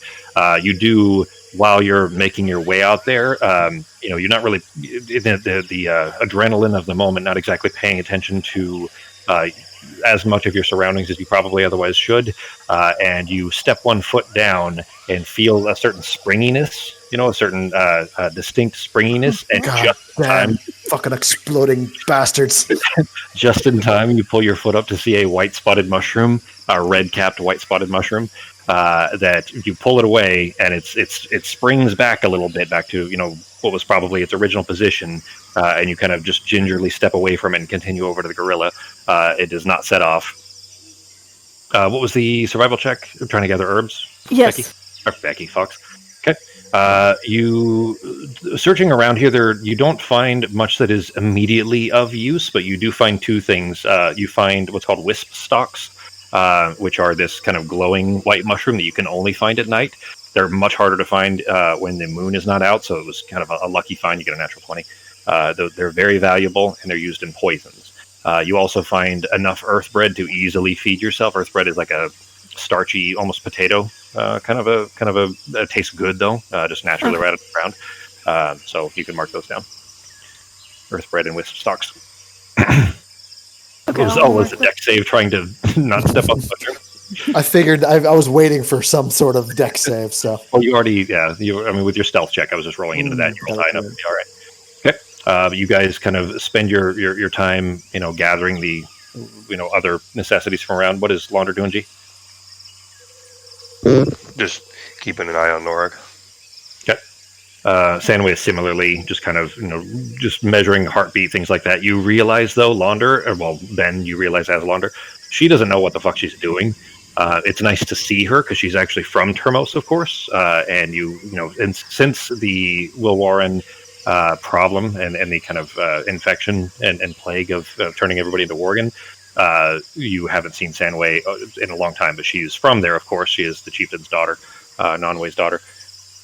So it's nice to see her, and she's doing her best, but you feel like if she had not left, you could have had more time, maybe over the last 9 years, to kind of help train her a little bit so that she would actually have some idea what she's doing, which could have been useful maybe. But she's, trying to check for a pulse, but it's like in the armpit, not, along the neck, things like that, just where she doesn't know what the fuck she's doing. It's quite clear. She got a natural 1 on her medicine check, so. But anyways, but it's nice that she's making the effort at least. There's still a little bit of tension there, but it's clear that she's not. It's clear that it's coming from Launder's side, not being sure how she is reacting to this, because all of the elves for the last almost decade have been, all of the, let's say, still inform elves have been very hesitant around the Worgen. But she otherwise seems she seems fine. It doesn't seem like it's coming from her side at all. But over this time, then, Sarah, you finish the last of the glyphs, pouring the bone dust into the etched little trenches that you've made in the dirt. And as soon as you pour the last of the bone dust into it, the bag empties. You tip it over, tap it, the last little bits of it fall out, and immediately the glyphs flare up in this kind of bright blue color. And the circle is glowing, and it's going to snap shut in 6 seconds. What do you do? Get inside. Let's go. Everybody. I already got my blood. I'm on Norok's fucking legs. Oh, okay. You had already come back. You were still over. It takes me less than 15 minutes to go gather a little bit of blood, and I was going to kind of lay down on his legs as if he was doing sit-ups, and I was spotting him. Totally fair. All right, then you guys all inside the circle. Sanway kind of leans in, and she looks a little not nervous, but I would say tense, like she's prepared for whatever. As the circle snaps open, you sink into the ground beneath it, and the circle snaps shut around you, and you careen through this open blue and black space until at the other side, there's a flare of a bright light. You're all kind of blinded and take a moment for your eyes to adjust. And you are back in the teleportation room in the grove. There's no Oh, forgot how cold it was here. Did we all make it? There? Are we all here? Yeah. Can't say I don't know, when I do it, it always feels like a warm. It feels like a hug. That was awful. And she's kind of leaned over and like trying to catch her breath a little bit. Pogo's gonna throw up a little bit. No kidding. The first times that everybody's done it, I think Pogo. Didn't I have you guys roll con checks before? Something like that. I think I felt real shitty. Yeah, it was the nausea of having traveled it, but you guys just did this a few days ago, so I would say that you were prepared enough to kind of keep your stomach tight so that you weren't going to be nauseous on this end. I ate some of those weird scorpion fruits. Oh. So where are the doctors? Where do we go? Infirmary. Did no one meet us? There's nobody in the room except for you guys. And Norok is laying flat on the floor, still unconscious. Are we in the infirmary? No, you guys. So when you return, it teleport. Okay, just. Huh? We're in the teleportation circle room. Yeah, you're in the teleportation room. Right. Exactly. Okay, so we just need to bring him to the infirmary. We can't. We gotta go get help. Yeah, I'm gonna run out and try to find some soldiers to help bring more to the I'm wasting infirmary. his back. Okay. You Sarah, go running out the door into this very kind of dark hall. You've been through here before, of course. So it's just not very well lit. But you run out there and around the corner, and you're not seeing many crowblinders around there.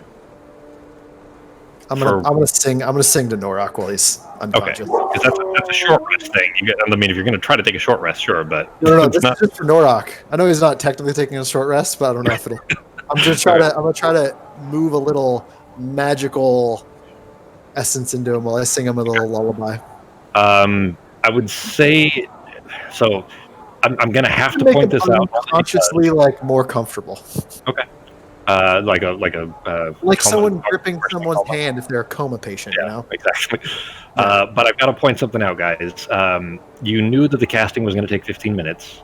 Nobody mentioned keeping Norak's stomach damp. Or back. Well, his torso. So we've got to take a little bit of damage here, G, on your character because nobody thought to try to keep you wet. Apparently, everybody was gathering herbs, but almost nothing. Only 1 point. Okay, I'm gonna you were start. healed quite well, so Yeah, I'm gonna re-wet his skin now, though.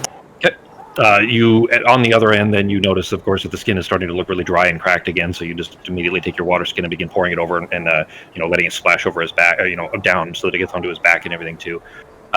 Then the cure wounds was rolled for max, so that was 12, and then Pogo gave him a potion, and Sandwich gave him a potion as well. So I mean, you're probably in like the 20s, G. So I mean, it wouldn't have been enough to do anything serious, but it's still something you guys hadn't remembered apparently. But anyways, Sarah, you're not seeing many, at least. Like this was pretty full before, and there just aren't that many around. You do see outside through the front door, the main gates to the Crow Fort. There's movement out there. There's definitely soldiers out there. All right, then I'm running out there.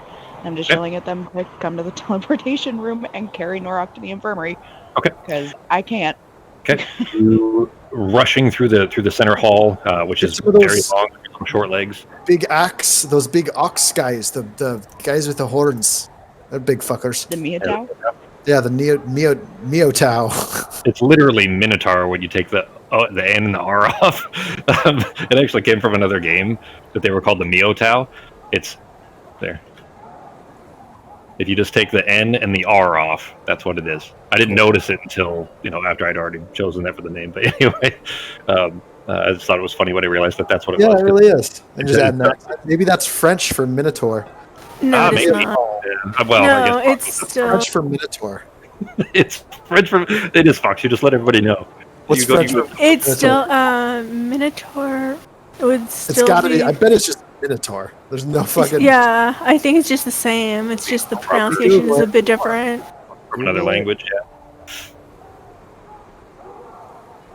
Yeah, I think it's almost the same spelling. It's just the pronunciation is a tiny bit different. They add an E. That's it. Minotaur or something. Minotaur. I'd have to. No, not I know. Ari. No. No. No. Easy to offend, Fox. It's so much fun. I'm not offended. I'm just like I don't know. Well, okay. The tone of indignance though, no. It's pretty awesome. I appreciate it. It makes it. I do enjoy that every week when we actually get to play. So, anyway, so your legs really you're halfway there, realizing that it's going to take you longer than you would like to just run. So you immediately just kind of grab your broken broom off of your back and hop on and zip out through the front door, out into the courtyard. It is blasting cold, just this kind of white blizzard that you have not been accustomed to, having been almost a week in a very hot and humid climate.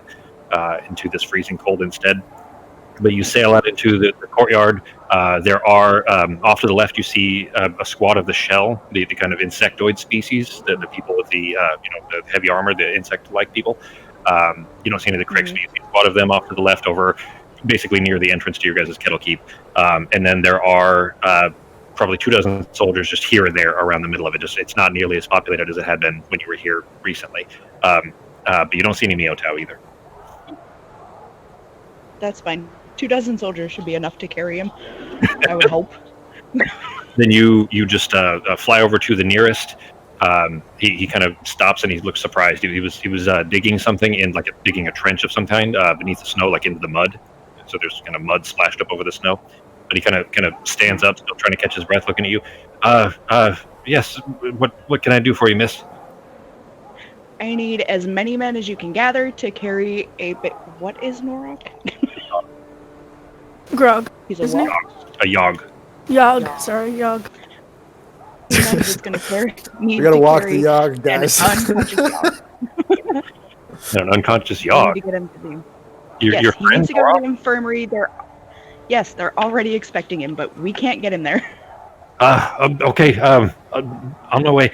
Men, and he kind of stands up and he shouts and he starts kind of waving soldiers over. And he's just lead the way. We'll follow. And you Lead him back fly in. back in. Then okay. Then you fly back in with there's 6 of them or so when you look over a shoulder that are following behind. They're in the clank of metal because they're still geared in their armor. Come running through the same hallway that you were. Trying to catch their breath because they were digging for something out there. It seemed like all of them, and they follow you back into the teleportation chamber. Sandway, Launder, the rest of the group's still there. You guys hadn't left or anything. You weren't doing anything else. I'm gonna go to the infirmary, make sure he's okay, and then probably go crash in the kettle keep. Okay. I am also going to go to the infirmary. Okay. Then I want to find out what's wrong with them. The first soldier that you spoke with, Sarah, he steps in and his eyes go wide. Around, everybody around, grab a leg. And they 3 on either side, they lift him up. One of them, it was carrying a tarp of some kind. They lift him up and he throws it underneath, trying to kind of make a stretcher, essentially, that they can just hold with their arms. And they kind of hastily do this, like they've clearly done this before, taking soldiers off the battlefield. And they toss it out under his body, lay him back down, and then they stand up holding on the edges of it, and they begin kind of sidling their way out through the front. Can you, out of the way, please? I know you're small. Sorry. Out of the way! I'm not in the way! And you're like being knocked away, like hit in the face with butt because they're like standing up and you're in the way, knocking you backwards, not on purpose, but knocking you away, trying to move out of what is a relatively small door. These motherfuckers. The nerve. Hey, we got to make sure we get Ozzy to meet us. We don't need to sleep yet. Let's make sure Norok He's gets already. Ozzy is already gonna meet us in the infirmary. She'll Good. already be there. Okay. Fantastic. And so they go out through the teleportation room, back into the main chamber, and then down a hallway to the stairs. I don't know if you guys remember, but it's many floors up. it's spiral stairs that they are carrying. Is it more than 10 minutes? I need to pee on his torso if it's been more than 10 minutes. He was attacked by a giant jellyfish, basically. It kind of was, actually. So I need to just. Water. Do we need it? Has it been 10 minutes? Anyone keeping track of the time, guys? Arteme had just soaked him a minute ago. So. But they can't really talk much. They're just constant grunts as they're like sidling, like the worst helping a friend move of all time is carrying like a 400-pound body essentially because it's all dead weight. Up a spiral staircase where they're trying to each on each side of him. There's barely enough room for his shoulders and a human on either side as they're trying to move him up the stairs. But they, over time, very carefully make their way up to the top. They never drop him or anything. Like I said, they've done this before. So carrying. I've got mage hand holding his head under his head, like a little magical pillow, trying to hold his head up. But they make it up to the infirmary. Good. If it's been more than 10 minutes, I'm using Mage Hand to drop water on him. Okay. I'd say that it probably takes about 10 minutes or so. So near when you guys are nearing the infirmary, where you had seen Maibi last, then you've made it up to the top, and that's when you kind of use Mage Hand to take your water skin over and kind of douse his torso again. Launder's just following along, G. Ben? Did we lose him, Becky? By the way, this is our Yep. friend. He's an elf, and I won't have anyone else saying otherwise. Can you hear me now? He's Yeah. a good elf. Okay. Yeah, he's going along too. All right. Then Yes. No one attack our friend. they And don't I'm also, seem too concerned with if Sandway. Sandway's still there, I'm gonna go hang out by Sandway. She's following along. She's like, All yeah, right. up the stairs, so. So is this your first time being off that island? No, halfling. No? Oh, well, what else have you been? To the continent. Many times. Where are we? This is the Crow Forts. This is where we've been for a minute trying to help all these poor sad souls escape this war. In fact, the item that we're trying to borrow from all of you is hopefully going to put an end to it and save a lot of lives. But where are we? Like, what mountains are we in? Over in Vabi, aren't we? Like on the coast of Vabi, wasn't it? I can't remember. It's been so long. You guys are north of Abbey now. You're not in mountains at all. No, we're not. So here's the thing. It's a magical fort. This entire thing. When we get outside, if you look around, we're kind of in a like a bubble. Like think of a big magic bubble, and on the outside of that bubble, we don't want to be there. So we're trying to stay in here until we can finish this whole war thing out, and then we can leave our bubble. In the meantime, the bubble's very cold. She kind of shakes her head, kind of confused. There's a little bit of a squint. Like You'll understand more later, but right now, yeah, we're not in the mountains. Okay, you can fill me in later, but I guess we can try to get your friend, hopefully okay first. That's the goal. You guys then making it up to the top of the stairs, down a small hallway. Most of this top floor is the infirmary. And you kind of out into the infirmary, which has these kind of open windows down one side. I don't know if you guys remember, this is where Sarah first tested her shadow skin, so it was just outside of the infirmary doors where, you guys shot her with arrows and shit, do you remember? That was just outside. It was fun. shooting is PvP, shooting your friends with arrows. You make it up towards the infirmary, though. Ozzy is standing in the doorway, his real self, not the kind of Force Ghost version.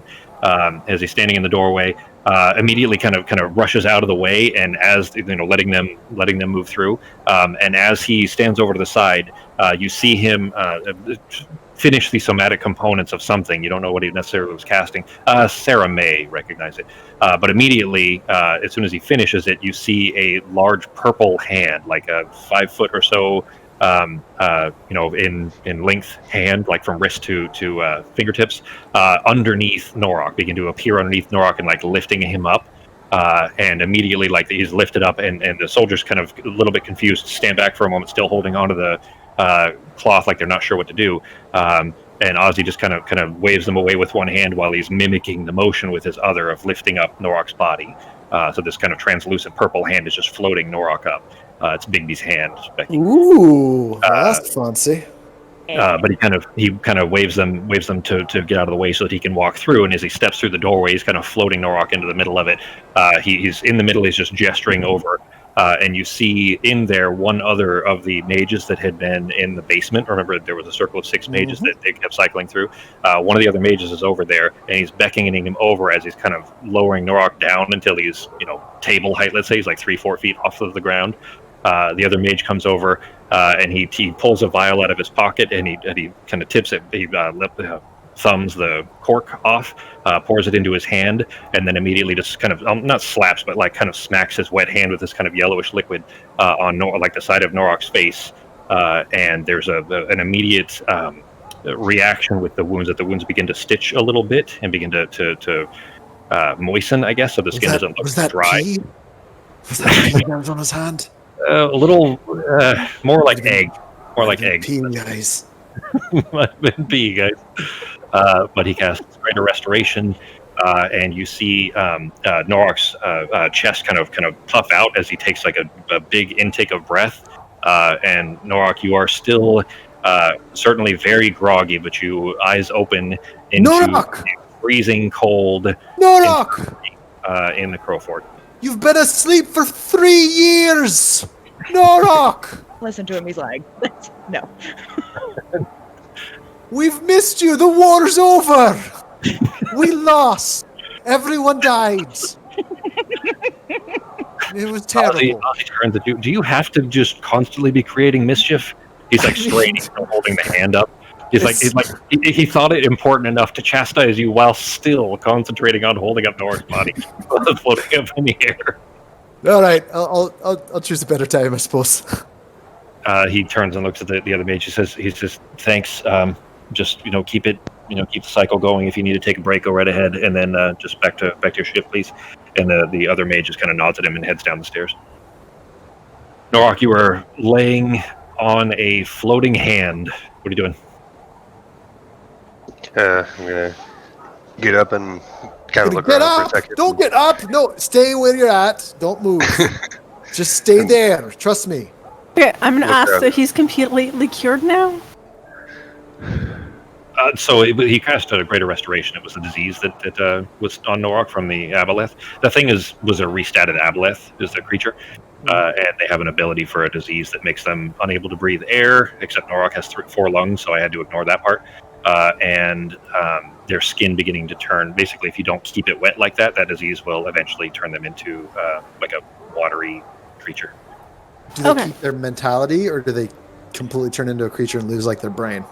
It doesn't say. I probably That would would. have been pretty cool to have a giant Norok water pet. We could open up Yeah. our own sea worlds. Well, as you guys, I'm sure you guys have gathered this by now, but as you guys have noticed that most of the chaos creatures are about kind of transformations, and you guys know what entropy is, right?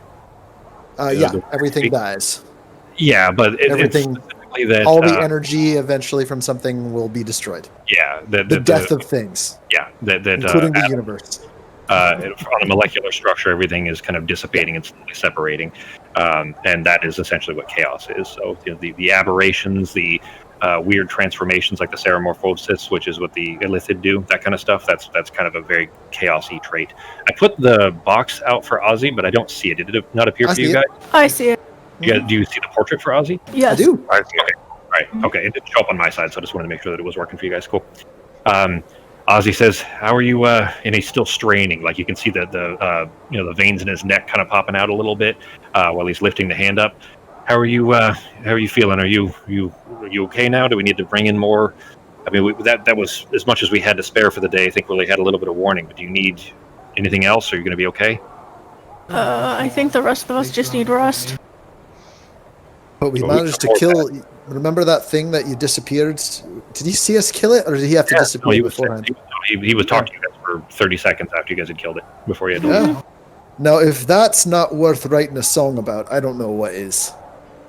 You and I don't see eye to eye real often, little man, but I'll have to agree with you on that one. That was a huge blow dealt to High House Chaos, so Azol must be in a serious tizzy right now. Norok, do you mind if I set you down? Oh yeah, no problem. And thanks for the save. Thanks everybody. Appreciate it. I don't know. Hop off. He kind of lowers the hand down so that you can stand up. All right. Ah, you are not a liked creature to carry around like that. Yeah, next time we need to get one of the halflings to die, or almost die. Then I can just carry him around, make it easy, get back to town. Yeah, quicker. I would have been If you guys dead are like taking- 7 days ago if I. If you guys are I'm taking much requests- better at hiding behind Yeah. rocks. That's Ozzy not says- really my deal. Ozzy says, if you guys are taking requests, and he kind of looks down at Pogo. I mean, I'll take a request. I know plenty of songs I can do. Wait a minute. Just because I wasn't paying attention doesn't mean you can make fun of me.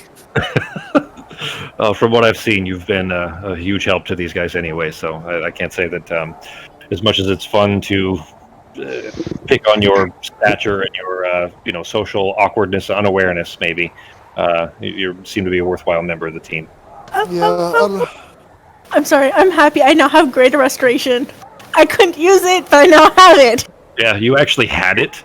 She had access to it because you guys leveled up to 5, but you had to sleep first. Yeah. If you guys had already rested, basically, if you guys had had, well, none of you get anything back on a short rest. So if you guys had somehow a long rest, that whole Norok thing would have been fine because all we Yeah. needed was greater restoration. It was So just a Ozzy, just to let you know, we had to come back here. I know it's been a bit of time. We got, how'd you say it? A bit taken. Kidnapped by a fairy and Gorgeous twice. fairy. Beautiful. No. No. Let me tell you something, Ozzy. Evil fairy. Legs for days. Anyways, so Ew, we've actually, for us, it's only been like maybe 6 hours since we defeated that big beastly thing, and we had to come here immediately to get our friend help. Yeah, Are it you was, gonna it was be- 3 hours maybe. Yeah, are you gonna be able to send us back? Yeah, I can send you back. I mean, in the morning. I can't today. It's I had to bring you here, so. Yeah. No, we're not going back today. Yeah, 'cause we fuck definitely that need place. rest first. No offense, Sunway. No offense. No offense, Blonder. But that forest is terrible. It wasn't always like that. Can we stop repeating the same story, please? I'm just saying, it's that terrible for like one place. star. One star. It's just like in the real world how we pick on her about living in an awful place like Canada. Same thing in the game. I mean, we can only hope that now that we've at least dealt that blow, that it gets better and easier to live in that place. Hey, I'll take my healthcare over having to pay an arm and a leg. Thank you very much. You know, I like maybe 6 more months of this shit. Let's just say depending on how November goes, I may not be able to make these jokes for much longer. So I'm just trying to make good on what I can. Gotcha. Fair enough. We might not be able to make jokes. Period. They might be monitored. I don't think we're going to 1984 just yet, but no. Anyways, Ozzy kind of looks at Launder and Soundway. So, I mean, you must be the guests they spoke of, obviously. It's been a bit since I've been to Gwynsair. How are things there? And Soundway just looks kind of despondent, just kind of eyes down a little bit. Launder speaks up, though. Ben, you don't mind, obviously, if you don't need Launder and Norok, right? Oh, no, I'm good. I'm alive again. Right. I was about to ask him about all the lore from his people. So, drop it all for you. Here, I'll switch this one. Ooh. There we go, and that is gone. Cool. Anyways, Launder though says, "Well, with the death of the warrior, we haven't seen the long-term impacts. Obviously, we hadn't gotten back to the town yet, and I don't really know what's going to happen. But I can tell you that at least the whispers are gone, and I mean that's better than anything else. I mean, even if we, God, I hope we don't stay like this. But at least if we did, and we don't have to listen to that anymore, then I think we'd still be okay." So, out of curiosity, on the way up, it looks like this place is thinned out a bit. Are people getting out safely, or what's going on? Ozzy replies, "We've been doing our best to send as many as we can. We've gotten most of the refugees out. It's really just kind of the rest of the garrison that are still here. Pepperjack's still here. Samson, Clover is still out on mission, as far as I know. But for the most part, the Crowblinders, the senior staff are still here, and the garrison necessary to hold the place. But at least we've gotten the majority of the refugees out, and that was our first goal. It took us a while, but this is day 6, by the way, since you guys left. So you haven't been gone. It's only been 6 days? Okay, that's not too It bad. feels so much more because of the 2 kidnappings of the ferry, and then like the back-to-back combat. It's funny actually, because that back-to-back combat too, Fox. There was even an entire session with no combat in the middle there. We didn't have any combat at all for the last session. It's just that we played all of Rose and Thorn. So after that fight, we did all of Rose and Thorn. That was 9 sessions and then 1 week off. We took 10 weeks to do all of Rose and Thorn, and then we did 1 session of Embers, which there was no combat in, and then 2 weeks off for the last 2 weeks. So it does seem like that because it's been such a massive gap of time. Oh yeah, no, I know that too. Yeah, just a huge amount of time in real life, but in game it was all within the same 24-hour period. Same 8-hour period, really. So, Ozzy, I've got a question for you. Yeah. When we were leaving, they were going to send What's-Her-Face up to the main city to talk to the Emperor King. He interrupts you. Shh. Right. That's Clover you're speaking of, and that is quiet information to be kept quiet. I should have it, to be fair. I'm not obviously a Crowblinder, but if you want to have that discussion, we can do it elsewhere. There are still people in here, by the way, including my Evie. Oh, how's she doing? How is she doing? I mean, you guys are in the infirmary where you left her, and the whole point of you going to the island in the first place was to get something to recover, help her recover. She is. Tomorrow. What's that? What'd you say, Becky? I said we'll get it tomorrow. I guess you guys do need to sleep, but you might at least, recognize that. I've got that second wind feeling after playing that joke on Norok, so I feel pretty good. There you go.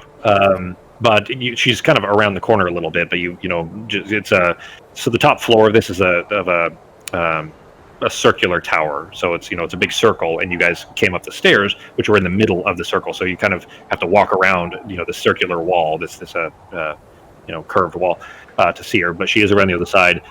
Seeing you guys kind of walking in that direction, Ozzy, he's still within earshot, of course. He just says to you at a loud enough tone for you to be able to hear. He says, "She's stable, but she's in a coma. So you're welcome to talk to her if we still do. I do every day." Okay, I'll just go recount part of our story before I go to bed.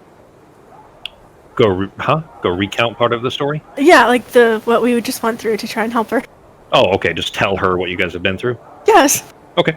So you go over to find her. The eye's still gone, and part of a leg missing.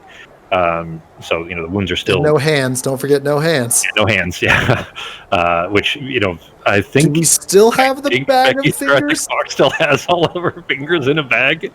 All of the individual pieces of each knuckle. You guys remember that? Yeah. I remember in my mind. I'm like, does she know that they're like in little tiny niblets? It's if you take them turned into cat treats. They're hot dogs cut into pieces. Yeah, exactly, for a cat or a dog or something. But anyway, the hands were cut at each knuckle. So, each finger is 4 pieces, and then, the palm is 1, and so on. So anyways, so that's what Arteme had gathered into a bag. But they are, as long as you have the parts, you can fix that. It's just a matter of being high enough level to be able to cast that kind of spell. And none of these guys, can spare that, or maybe are competent enough healers to be able to, the mages that are here. Would Greater Restoration work for that?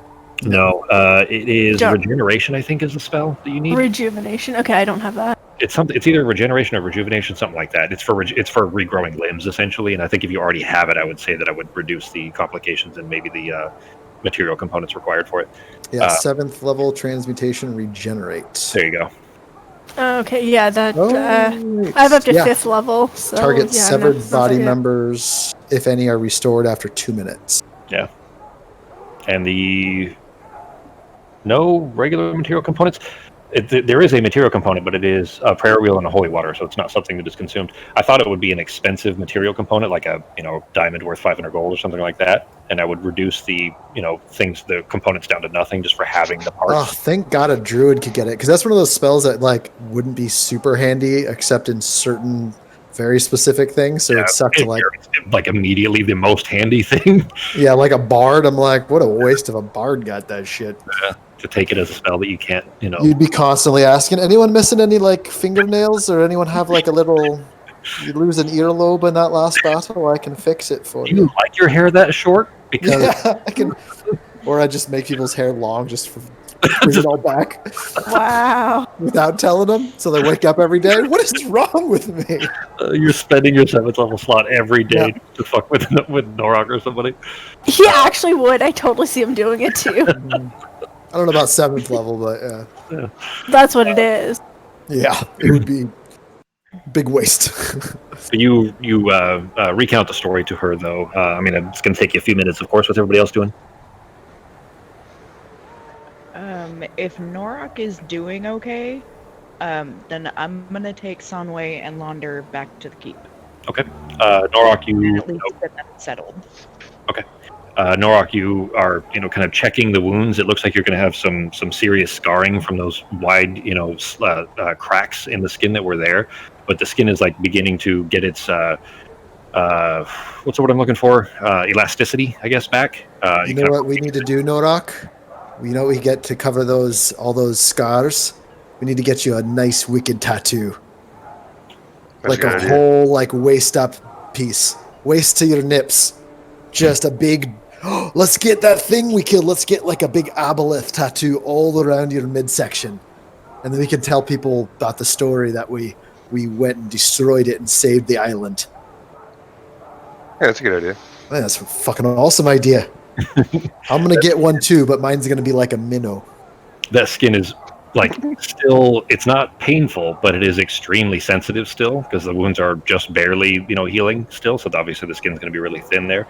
The idea of tattoos probably turns your stomach a little bit, tattooing those wounds right now. Justin, imagine getting a tattoo on your, scar from Monday right now. That's actually, what's funny? That's what I did, because I have so many fucking scars. I'm just going to get a big old fucking whole arm piece on my right side.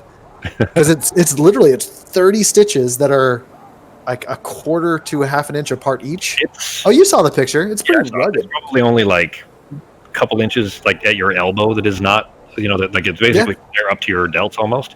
Yeah, it's fucking massive. And then I still have that other scar from all the needle points on the, the further one down on my arm. So Okay, I Fuck feel like it. there's a story behind this. I've got 3 kidneys. Let's continue. He had to have some major surgery a while back, and then Yeah. and then had to have another surgery on Monday to fix that surgery and some other shit. Anyway, Ouch. Okay. he just got a bunch of scars, Condolences. Oh, it's okay. but they're I not didn't cool die. scars. They're not like bar fight got slashed with a beer bottle. Yeah, I mean, they will be once they start lying to people about it. That's going to be half the fun. Did you hear that story? Well, did you hear the story about the guy who fought off the mountain lion down in Southern California? Yeah, the one And that I'm was just going to take my 2 thumbs and just be like, bam. Shit. Oh, Lord. I mean, except the people that actually heard about it, that realized it was just a baby. It wasn't like an actual. It was it was a kitten. It was Not that one. The other guy Okay. who fought the other mountain lion. the other guy with the full-grown mountain. Yeah, lion. that's not that story. I'm the other guy. Yeah, it turned out it was like a 20-pound kitten or something like that. No, you misheard the whole story. I saved a baby from a mountain lion. Oh. That's how the story goes. You got to stop reading headlines, people. All right. So, anyways, you guys. Well, I guess so. Then, knowing that Norok is okay, what are you guys doing? Once I finish your counts to my AB, I'm gonna go and crash in the cuddle keep. I'm going to go get drunk. What time is it? 2:30 in the morning. Oh 3 a.m. fuck! I'm gonna go get drunk back at Kettle Keep. I'm gonna enjoy. I'm gonna have Sanway and Lander. Mhm. Come on, I'm gonna have a drink. Do you want to have just an individual celebratory pre-sleep drink with me back at our keep? I kind of want to hear where we are. So, as long as you can do that without, Sure. being too irritating. Yeah. Well, no problem. Dunskathak. What's that? I said we're in Dunskathak. Yeah, Dunskathak. Well, so Dunskathak was a ruined, like ancient. Well, it's 400 years old, not ancient. 400 year on top old. of it. Yeah, exactly. It was a ruined wooden fort that was here from it was a castle, like at the time that was probably built the castles, wooden fort in this area, and with some stone structures in the middle of it that were long since destroyed. And Crowfort grew up underneath it, remember? So Dunskathak was there on the ground, and then Crowfort, when they summon it, lifts up out of the ground, and so what is left of Dunskathak is on the roof, basically. And I'm just hoping they at least know where Dunskathak is. Not Oh, a chance. okay. Not a chance. They're not going to know where Dunscat. Okay, so you know where your island is, and then you start heading east, and you hit basically a continent, and then east of that, there's like a giant, massive ocean, and then all the way to the east of the ocean, there's just more areas there. That's where we're at. We are so fucking far away. How far away are we in miles? I know I saw a map before. 2,300-ish. Yeah, we're like We're 2,000 to 2,500 miles away. We are real far away. Like Oregon to the tip of Florida. But we're not in the tip of Florida, right? Because that place sucks. That's one of the worst places. Yeah, I don't want to. Worse. I've decided when I was a kid, I thought Florida was awesome. The older I get, the worse it looks. It just looks just filled with the stupidest of annoying people that I'm just like, ugh. My old roommate, his whole family was from Florida, and they're just dumb as shit. Yeah. Yeah, we're talking mailing drugs through the USPS, dumb as shit. Ugh. That's federal crime right there. I know. Yeah. Can you imagine going to jail for 30 years because you mailed some weed to a place where it's legal to buy weed? Jesus. Especially if it's next state over or something too. She says Dunskathak. That sounds Mephuin maybe. So, are we in the Empire? Are we in the Empire? Yeah, we're in the Empire, but we're in the middle of the Empire, not north. So Well, is the Empire actually, north? you guys are in the Badland. They basically think of it like a demilitarized zone between the south edge of the Empire and the north edge of Vabi, which But- have been at war for a long time. But right now, the current hostilities are between the Empire and Vabi, and you guys are just right in the middle. That's why the Crowfort is here. Yeah. So basically, Vabi down south and the Empire north, we're kind of smack dab in the middle. And Vabi basically decided to start bringing people back to life and has an undead army and seem to be up to something even more dastardly. The undead army thing and bringing people back to life, that is their culture. They've been doing that forever.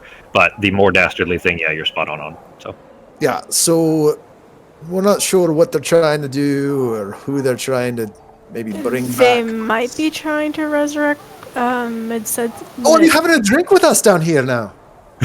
You joined guess us. so. I assumed you guys were in there with Grab Ozzy. some wine, our house servant, whose name I forgot. Was it? I want to say Richard. No, I think it was Abraham. Yeah, I think so too. Yeah. They were trying to bring back Misetsu or something like that. So Masetsu is already back. You guys have run into him. He was an ancient Baptist king. He's the one that talks to Serafina, isn't it? No, that's Borzantilus, yeah. No, that's a different guy. Yeah, but Masetsu is a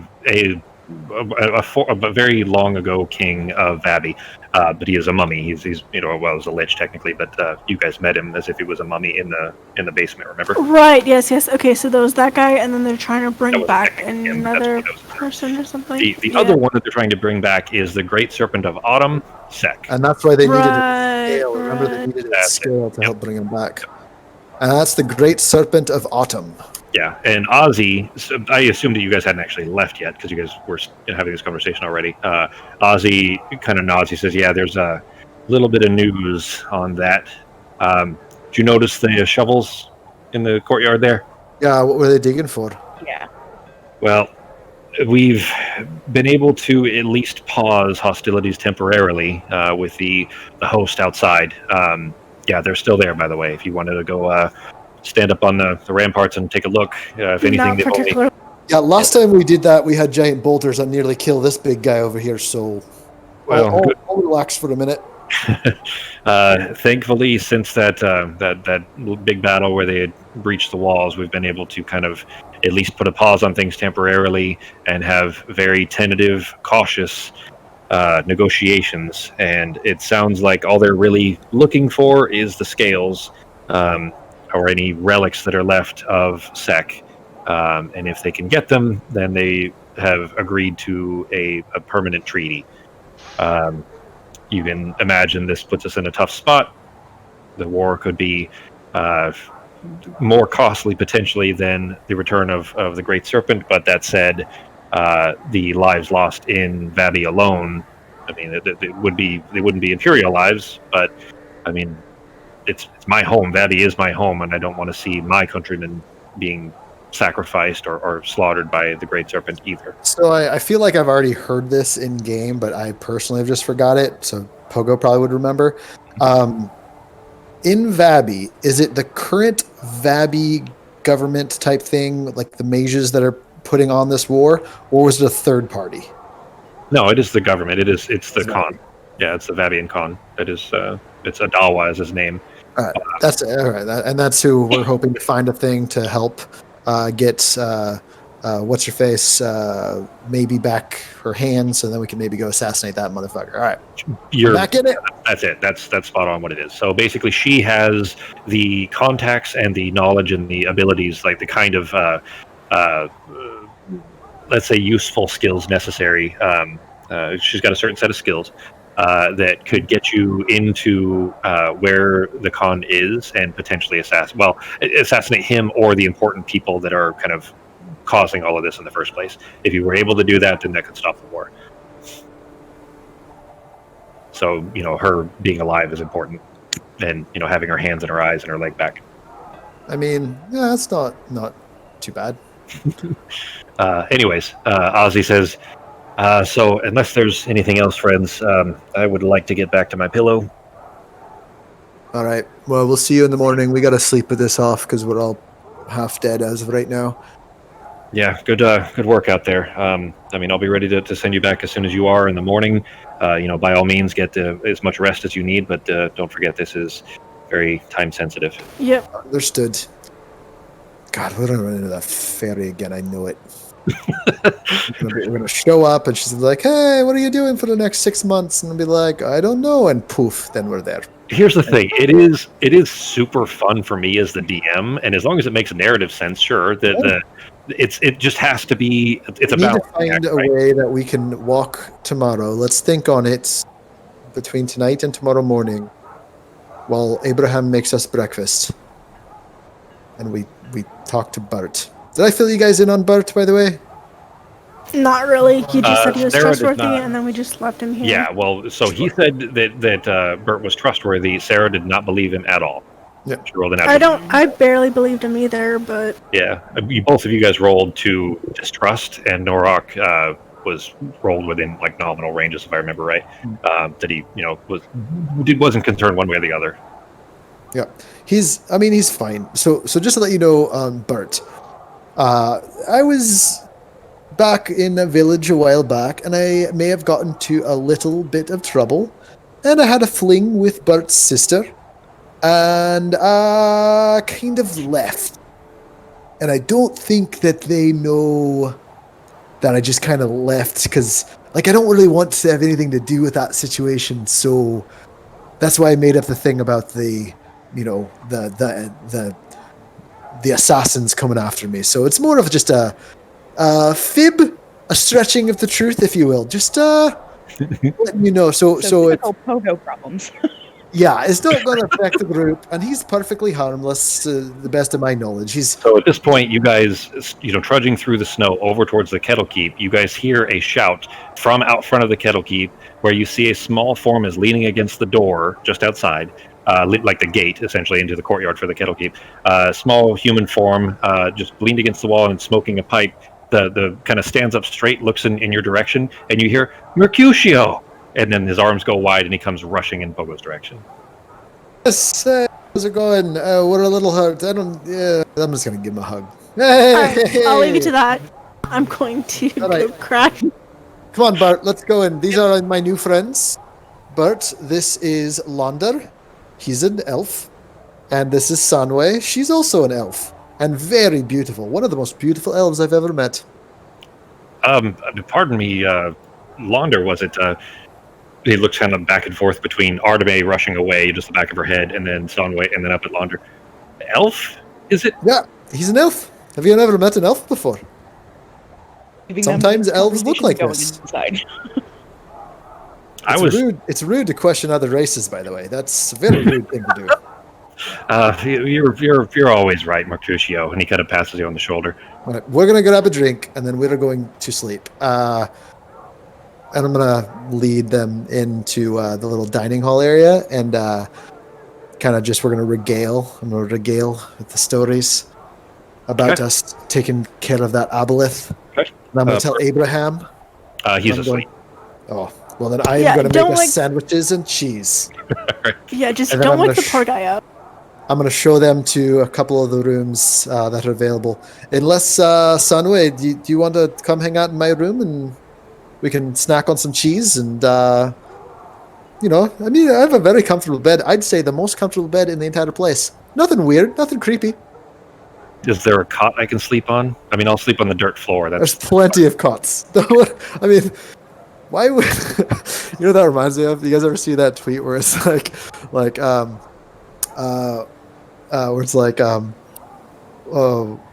it's no, never mind. I'll come back to it. It's funny. I'm just gonna call down the stairs, just pick a room, and then go up to my tower. Right. Okay. You make your way up guys. To your. We have a servant here whose name is Abraham, by the way. Liv Tyler. Nice.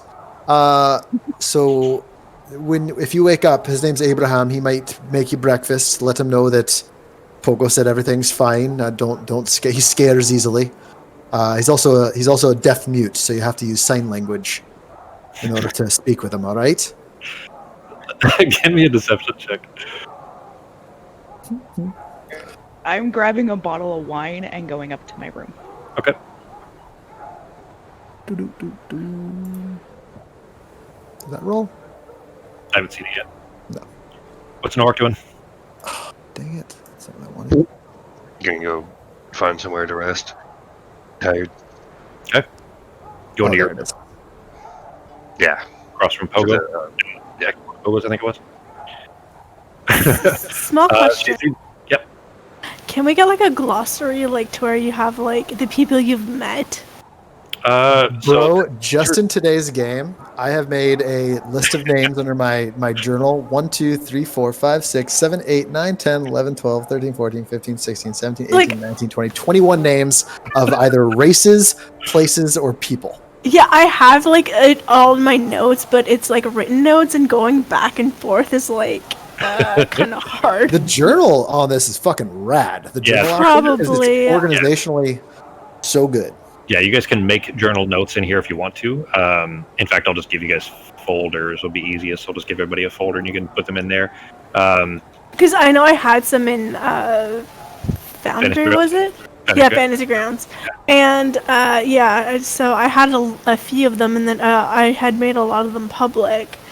And yeah, it's just, I guess it'd be porting them over, but I don't have Fantasy Grounds. I think so it's literally going to need to be copied and pasted. Yeah, I'll go over into Fantasy Grounds and copy them over for you.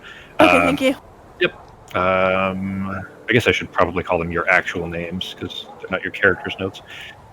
Anyways, as far as the glossary, though, I mean, I actually build everything in OneNote, so I have it very easily accessible for exactly that kind of reason, where I can just search all of it. Gotcha. But if I can't give you guys access to my OneNote specifically. Oh yeah, definitely not.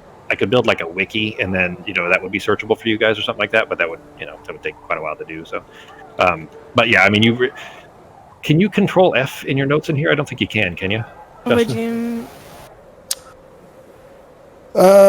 Control F. I guess if you just made them individually, like important NPCs, and then just scan through it or something, that'd be fine. I just mean, like, could you? Oh, find. Control F to find something. Yeah. I don't think so, because once you hit enter, it's static. There is the search function, search journal entries. But I think it's just titles. Oh, gotcha. It might be. I don't know. We can tinker with it some more though. Okay, so this names one is yours, Justin. Yeah. All right. That's just what I got from today. Okay. Actually, you could. I mean, it's spelled. Name isn't spelled correctly for Dallin, but yeah. Other than that, it's the same. Oh, it does. Control F does work. Holy shit. It lets you search in the page. Fucking rad. Yeah. It doesn't even. What's funny is it doesn't look like. Well, it might only work if you pop out. So mine is popped out, so that it only searches that page as a separate Chrome window, because it's technically exactly. Yeah, it's using Control F as Chrome. So otherwise, if you're in the other thing, it might search through everything on the page. Yeah. Okay. That's fine though. It would work. Yeah, you could hit the pop out, and then you can save your notes in there and be able to Control F through your notes on that side if you wanted to. So, I know Becky has books of notes, notepad books of notes. Are you 1.5 in now, Becky?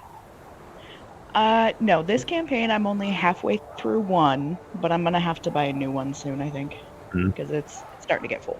Like I have a 300-page notebook, and I'm maybe like 20 some odd pages in, I think. You got plenty of room. Yeah, it's just searching all that, like to try and find stuff. And sometimes, if I had a headache, my handwriting's not the best. Sure. Well, that's why underline and bold names places so they pop out a little bit. Yeah, like I put the name, and then I leave a space, and then I write the description, or I put like a little marks, and then I write the description. But yeah. Then I have paragraphs here and there, or little sonnets, or some of the clues, the riddles, all written down. Yeah, I pull out separate pages for that stuff. I mean, I don't try to make it hard for you guys, but I do try to make the world hopefully feel a little, real, as real as it can be, I guess, to hopefully be somewhat immersive. So. Yeah, and there's definitely a lot to try and remember. That's why I kind of like when there's glossaries and stuff like that for certain games or books that you read, because this is kind of like playing through a book, right? But it's playing through an open book to where you have different paths, so you could choose to do this, which brings you to this page. So it's kind of like that, right? Yeah, it would be handy. I just don't have the infrastructure built to be able to support that kind of a thing. But that is where the players are supposed to take notes anyway. So it is kind of odd you guys to do that to begin with. But that said, if there's a feature, I'll look for modules and stuff like that. And if there's a feature that I can build in for Foundry that can have that kind of a easily accessible reference for places and people and things like that, then I can put something like a module into Foundry for something like that. Gotcha. Yeah, because I'm looking at the journals and it doesn't seem like I can make it public. I think by default they are.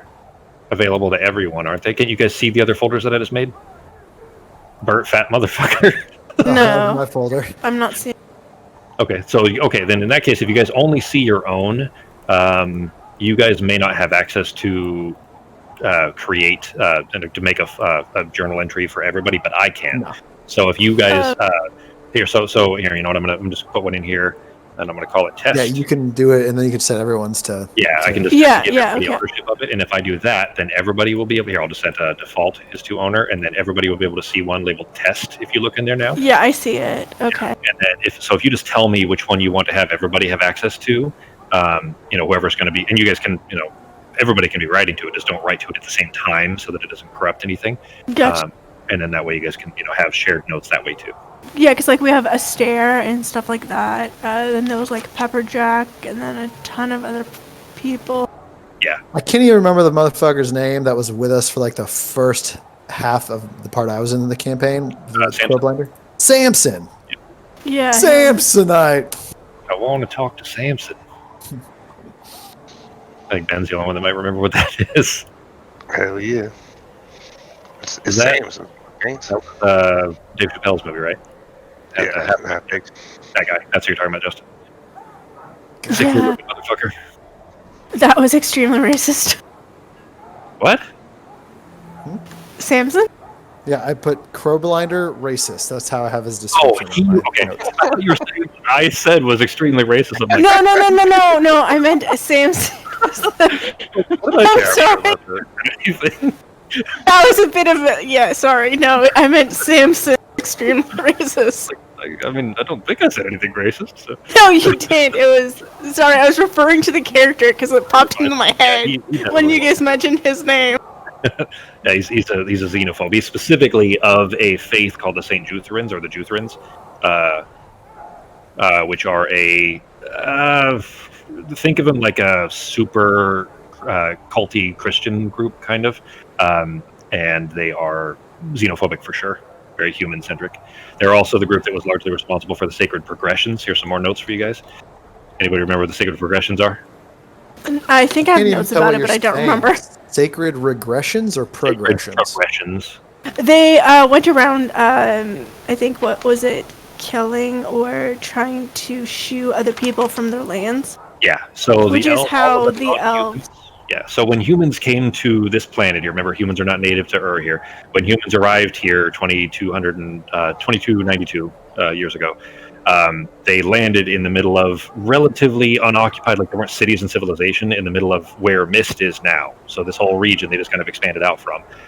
But they kind of forced relocated all of the natural, the native species that live there, including the Yogg, elves, dwarves, halflings. Well, halflings didn't exist yet, but you guys understand what halflings are, right?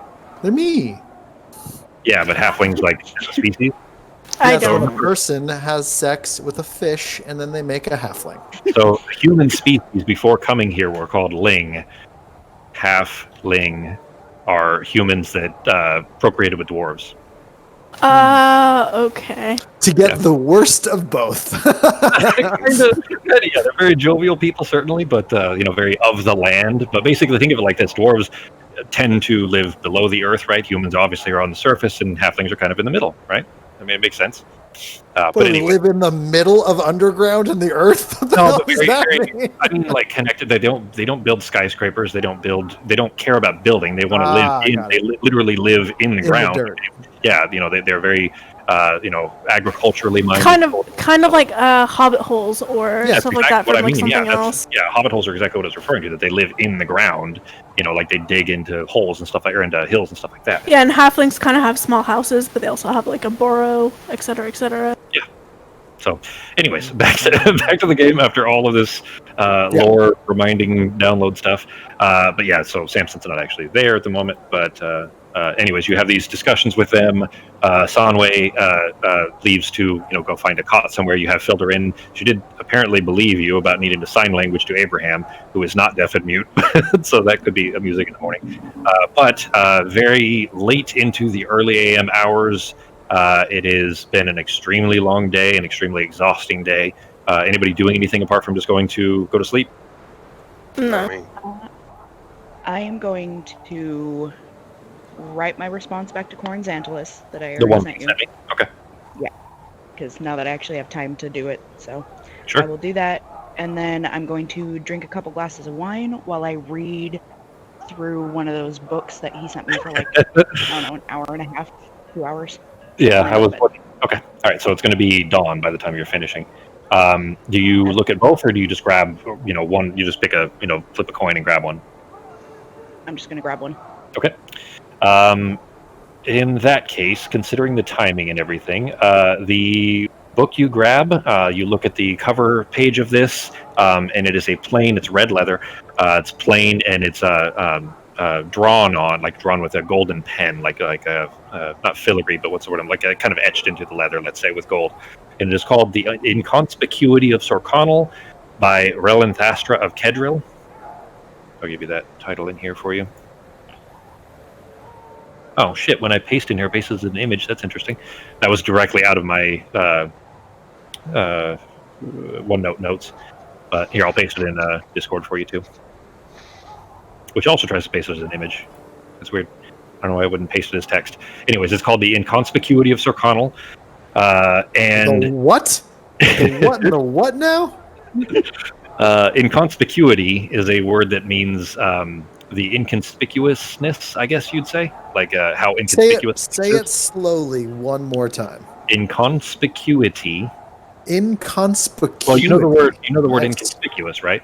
Yeah. I didn't Inconspicuous. realize that this is the adjective version or whatever of inconspicuous. Oh no, I guess inconspicuous. This is the.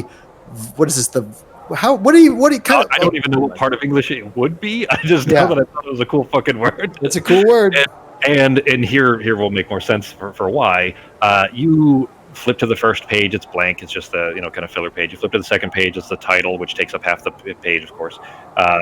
And you flip to the third page, and as soon as you flip over to the third page, and it almost looks like it's just black because it is extremely dense, very tiny text, meticulously written. It is flawless type. It looks like like it could have been typewritten if that was a thing. But there's probably 50 lines on a single page, maybe more. And I mean, for this kind of a book, that is it's probably 1,500 pages long. It is extremely dense, and you're not half a page in before you realize how exceedingly boring this is. It is just a very long and extremely thorough but complicated manual on the intricacies and complexities that are found in the Sorconnell Rill, how to use it, basically every possible bit of information you could possibly have about Sorconnell specifically. That is one of the books that Corn Xantalus sent you to read. The one that you happen to choose. Okay. So, I don't know if you would make it it's an hour and a half of reading that, because as boring as it is, you might nod off a little early, but either way, we'll just say that you read until you fall asleep. Yeah. Okay. Everybody else is going to sleep? Yeah, I'm gonna lock my door too. Yeah, I'm just gonna curl up outside. Okay. You make your way up to the little parapet tower. Then it is quite cold up there, of course, but with Psy and your kind of trance adaptations and so on, you're able to kind of ignore it for the most part and keep yourself warm. Go ahead and apply your long rests, everybody. Do you remember how to do it? Not off my character sheet. I know how to do it from my rest. From what? There if I could click on my character, there's the bar from the add-ons. I could do it from there. Oh, really? Okay. But I can't remember how to do it from the character. Oh, right. Okay, never mind. I see it's right under my hit die. I'm just blind. I was looking for a little like a rest button, like sleep a icon. Yeah. Yeah. For Ben and Becky, then if on the main page of your character sheets, where it shows your hit points, to the right of that is your hit dice, and then at the bottom of the hit dice there's S rest and L rest. Just click the L rest button. It'll bring up a window for what you want to apply and everything. I'm also going to. What's that? I'm going to. I can only have 3 items that require attunement, so I was going to switch them out for the Lithic of Life Thieving. I believe that requires attunement. It does, yeah. You already had that attuned. Or are you taking that off? I think it. Well, it wasn't equipped, so I wasn't sure. Oh no, I get it. Never mind. Those are 2 different things. Yeah, equipping and attuning is different. Yeah, we're good. You'll see a different spot in there too. There's a attunement for it. Will be in a different So spot. Gem of Seeing, Lithic of Life. Okay, so I am actually going to. You're fine right now. Unless you're gonna do something else. You have your gem, your lithic, and your Marathosian knitting needles. Those are what are attuned right now. That's what that little sun picture is. I'm gonna put on my How to Disguise though instead of my Gem of Seeing. Okay. I'll figure out how to do that. No worries. It's just in the item settings. You go to details and then uncheck the attunement. Cool. All right. Everybody get your long rest applied. Yep. All right. So you now actually have your level 9 abilities. Yay! You finally have your level 5 spell slots and all that stuff. Also, it said that I now have 13 preparable spells, so I just put Greater Restoration, so I now have it. Cool. Yay! Nice. Yeah, you have a lot of level 5 spells. I didn't realize there were that many. Yeah, there's so many. I'm just looking at them. I'm like, okay, what the heck does this do? Yeah. You got your last permanent spells too. So you have Dream and Commune with Nature are permanently on as well. Yeah, Commune with Nature isn't going to be too bad. Dream will probably be like useful, but I'm not sure where, how. Dream is one of those spells you can really fuck up a campaign with if you really want to mess with your DM. So it has a lot of very cool uses. Actually. Do it. I'll link it. I'm just Yeah, in chat so people can Click see on what it is. Yeah, I want to see what it is. Oh yeah, I read through this. I think I had the option to get this spell. I think you asked about it once. Yeah. It's basically you can really fuck with any creature. If you know who the bad guy is, you can keep them from sleeping. That kind of stuff. So they can't get long rests and that kind of thing, unless they have means preventing it. So it's one of those things that if a DM doesn't prepare for it, having an NPC, say your big bad evil guy doesn't have, is a dumb guy, doesn't have spells or some, means of protecting itself and protecting its dreams, then you can just keep doing Dream every night, keep it from ever getting a long rest, and then it'll just die in 6 days from exhaustion, that kind of thing. And then at the bottom, if you have something of them, it makes it saving throw with advantage. Yep. So you should start collecting little fingernails and hair from you should sneak off, or I can do it if you ask Pogo to do it. He'll go and try to find body things of people. Oh my god! He'll start stealing hairbrushes and shit. Dude, that is just creepy. No, but it could be super neat. If my EB turns against you guys, you've got all you need. You got a pouch full of finger bones right now. Pouch full of. Oh my gosh! You do. So morning comes, actually well past morning, because it was pretty late by the time you guys got to bed, of course. So it's nearly it's probably 11ish at this point. The song has long since come up, but you all awaken still in a very cold environment, but at least the sun is out. You can't quite see it, but it is light outside from the kind of ambient occlusion of it going through the blizzardy snow outside. You can smell something cooking from the kitchen area of the Kettle Keep, but that's about, apart from that, there isn't a lot of noise or anything else. It seems, undisturbed. What are you guys doing? I am using my Hat of Disguise to put me in some very fancy looking clothes. I'm thinking a light green cloak with silver tassels and lining, with a very nice white pressed dress shirt underneath, a small green ascot around my neck, and some beige fine trousers with some high white socks and some heeled black shoes. And my hair coiffed nicely underneath a very beautiful hat. And I'm going to go down and eat breakfast. And I'm gonna go in the makeshift shower thing I made with the plant and go take a shower.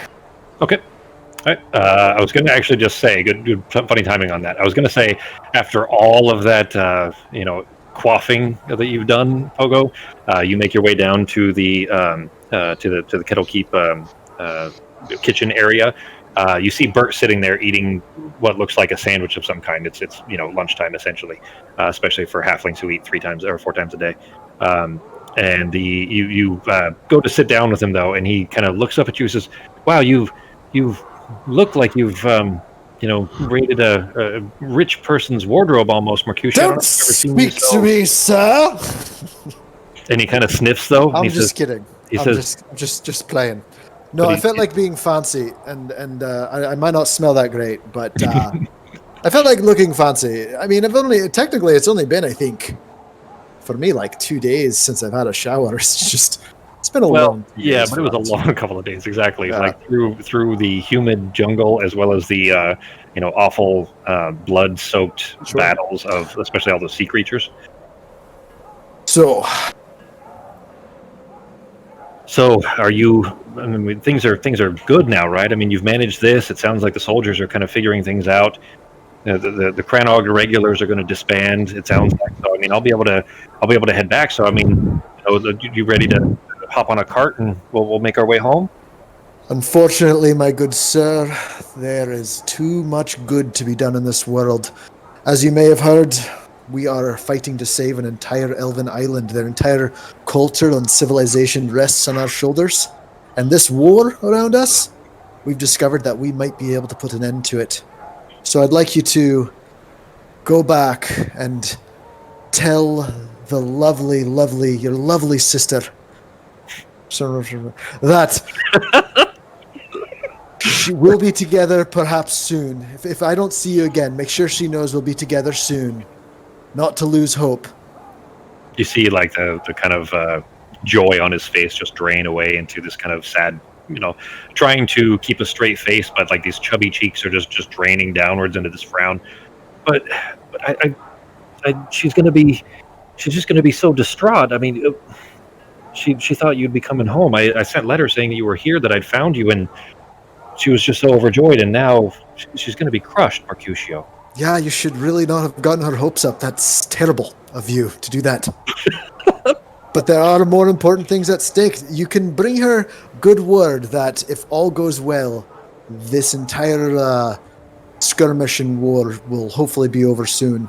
And I'll be able to return with merits and gold and accolades that will astound all of you back at the town of... Pogo probably doesn't even actually remember what town it found Bert in the first place. But he looks, And with that, I must haste though. I need some breakfast being made, and then I'm gonna go down and I'm gonna kind of shove my sack with a few more food supplies, anything that we have in our cellar that will last. I want to see if there's any extra stinky food that might be able to get those fucking gorillas off our ass if we run any more of those. Okay. And like something that I can toss as bait. Okay. There is sauerkraut for sure. There's a lot of like extremely super salted meats and stuff. They're all preserved, military type foods. Sure. That's the kind of stuff here, right? Jerky. Jerkies, yeah, exactly. Like dried meats, but they're extremely salted because that's how you preserve stuff, as well as the pickling. So basically everything is pickled or salted essentially. So sauerkraut and pickled eggs and things like that, which do have certainly a strong smell to them. So you're able to kind of stock up a good bit there. We'll say that you have 3 rations worth that you managed to stock up that are like smelly foods. Okay, I'll just remember that I have like some smelly food in there. Yep. The earth bread that Fox got, or that Arteme found, by the way, there's 5 days worth of earth bread there easily. So 5 rations worth of earth bread, which is really tasty stuff. So, so anyways, you gather then. Bert starts to follow you as you make your way out of the room, like still shoving his face with the sandwich, but sees that you're like rushing, that you're like moving too fast on purpose to try to get away from him. So he kind of, you look over your shoulder, he just kind of stands there dejected in the doorway, still shoveling face with crumbs on his face. What is Norok doing? It's been a while since we've been here, so I can't remember exactly, but Sorsha is still supposed to be around here, right? She was when we left. She was when you left. You haven't, okay. She was supposed to be here in the keep, or in the kettle keep when you left. All right, well, I'm going to go see if I can find her then. Okay. See if I can track her down. Okay. You head to the room where you had set her, had given her, and she's not there. Her things are still there, and there's still a, really kind of lingering smell to the room, like a cannibal that hasn't slept or bathed in months. But she's not there. You make your way down to, follow the smell. You find Abraham in the kitchen. It looks like he's cooking a roast. That's like a day, like it's going to take the whole day type of thing. He looks up. Sir, I knew you were back, but it's nice to see you. How are you doing? I heard you were injured. Yeah, on the mend now. Thank you, Abraham. Have you seen Torsha? Do you know which way she happened to go? No, not in some time, sir. Shit. All right. Well, I'll be back. I'm gonna go look. Okay. How long are you spending? I mean, you guys are supposed to be leaving soon, but how long are you actually spending as far as looking around for? Are you?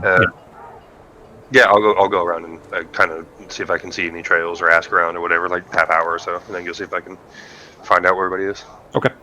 You do pass Pogo in this. He's shoveling things into a bag. But apart from that, he's looking around the kettle keep. You don't see her anywhere. You make your way out the front, out into the courtyard. You see soldiers out there that are shoveling, digging up mud in different spots, and then there's a couple others that are like filling in mud to dig the next spot over, type of thing. So basically, the whole of the courtyard is just brown because the snow is muddy as well. Are we guys ready to start heading out, or are you doing other stuff? If I can hear, I'm ready to go. Yeah, you ran across Pogo. You saw Pogo shove stuff into his bag. I'm going I'll to. say I'm ready. All right. Well, let's go real quick. Let's see. While we're waiting on the ladies to get themselves dolled up, let's go and find Pepperjack, and just to confirm everything on the western front, so to speak, is working out okay. I would like to go talk to Pepperjack real quick before we go to the circle. Sure. At least go try to find him in his usual fucking tent. Yeah, well, he's in the command the command tent. Yeah, and the command tent was before the Crowfort showed up.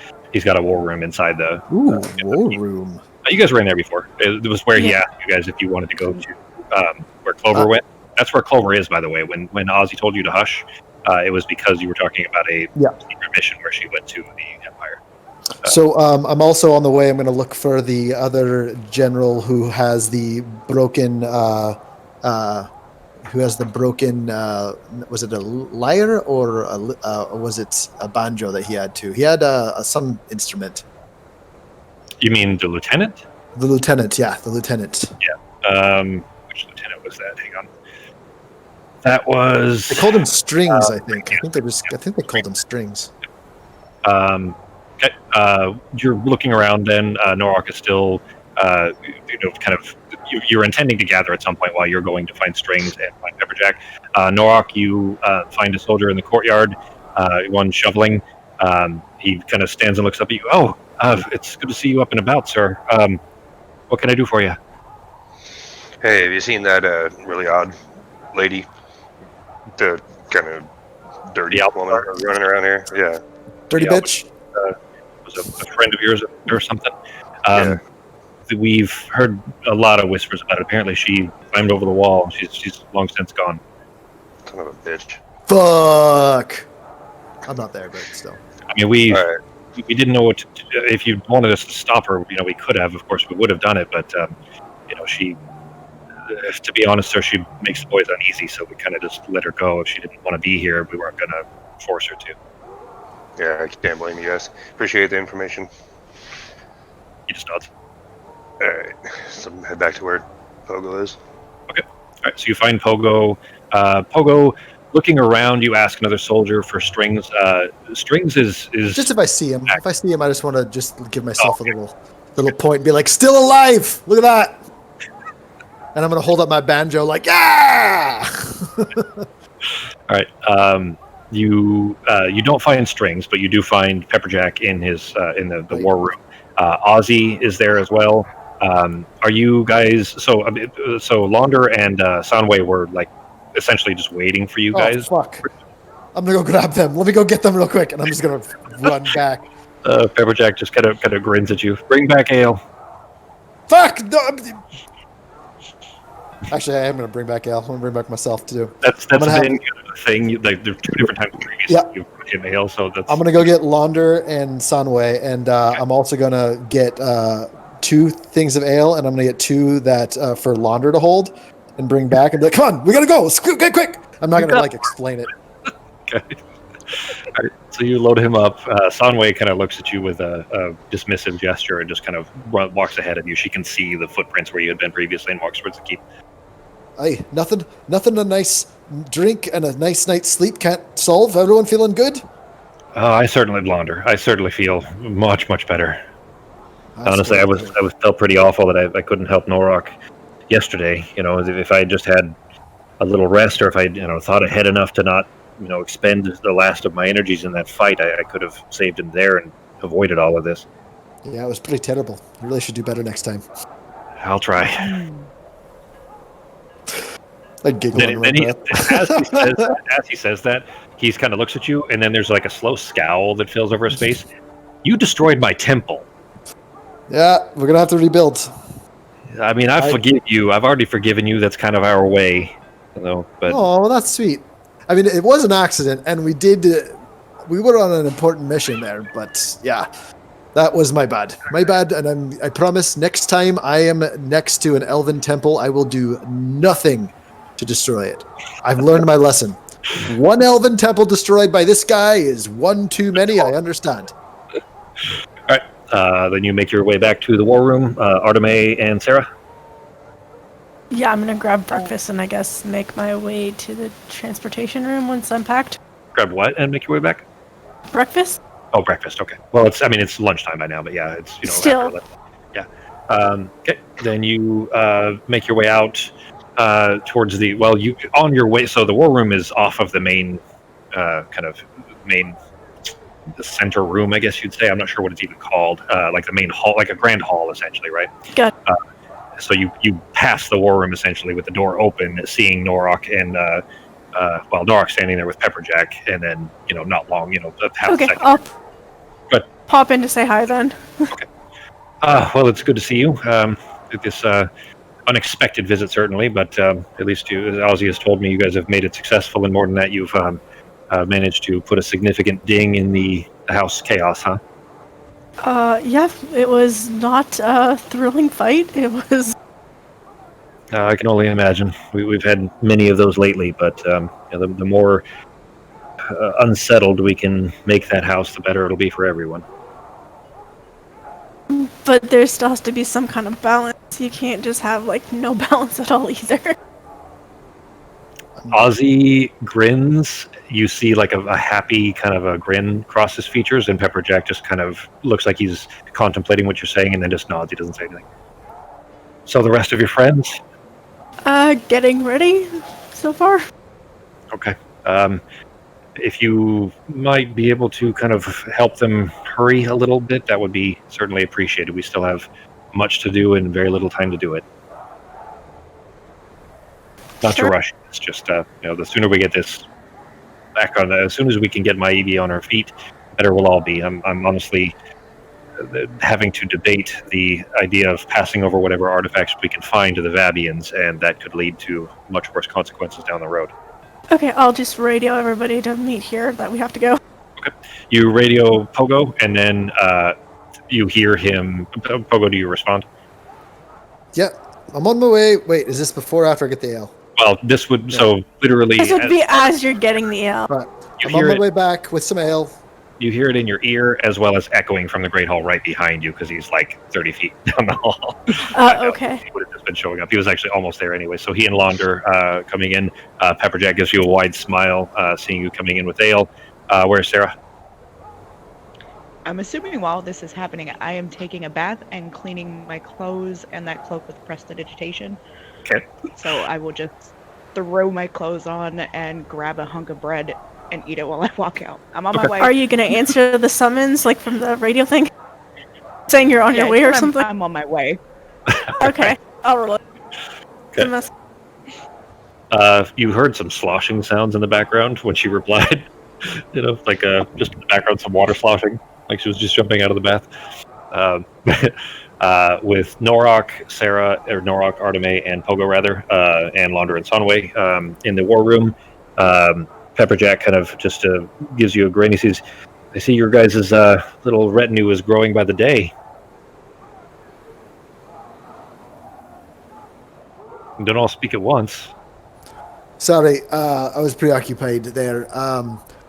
Well, listen, we managed to kill that thing, and we need to head back to the queen there has said she'll loan us the item that we need. and then we'll be on our way back. But out of curiosity, Ozzy, when you send us back, will it be to that same location as before, or can we give you some other spot, or what? That is the closest spot that I know of. I mean, Okay. and he turns and looks at Sanway. Do you know of a closer location, another circle that we could maybe go to? A And teleportation in the city or something? she kind of shrugs a little bit. She says, "That's kind of not my way of locomotion. But I mean, if there's a We can. tree, if there's Yeah, a is there tree like a big tree? And Ozzy kind of, you see a dawn of realization over his features. He says, Can we that is, grow a tree? I feel like we well, could probably magically make a tree. Can I anyone do could that? grow a tree-ish, but it wouldn't be very big.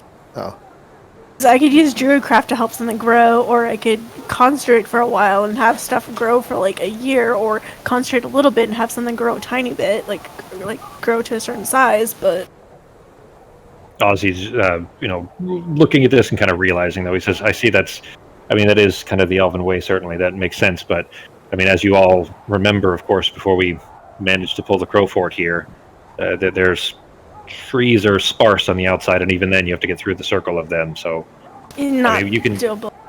Unless I have a the seed. tunnel's still there. I mean, we can get out. And Pepperjack interjects. He says the tunnel's still there. You guys can get to the other side, and there's trees out there. I mean, that might be quicker than the 3 days march that it might take you to get back to wherever you're heading. is that a big That enough is tree true. for this big guy? Pointing to Norak. I mean, there are oaks out there. He'll fit through that. All right.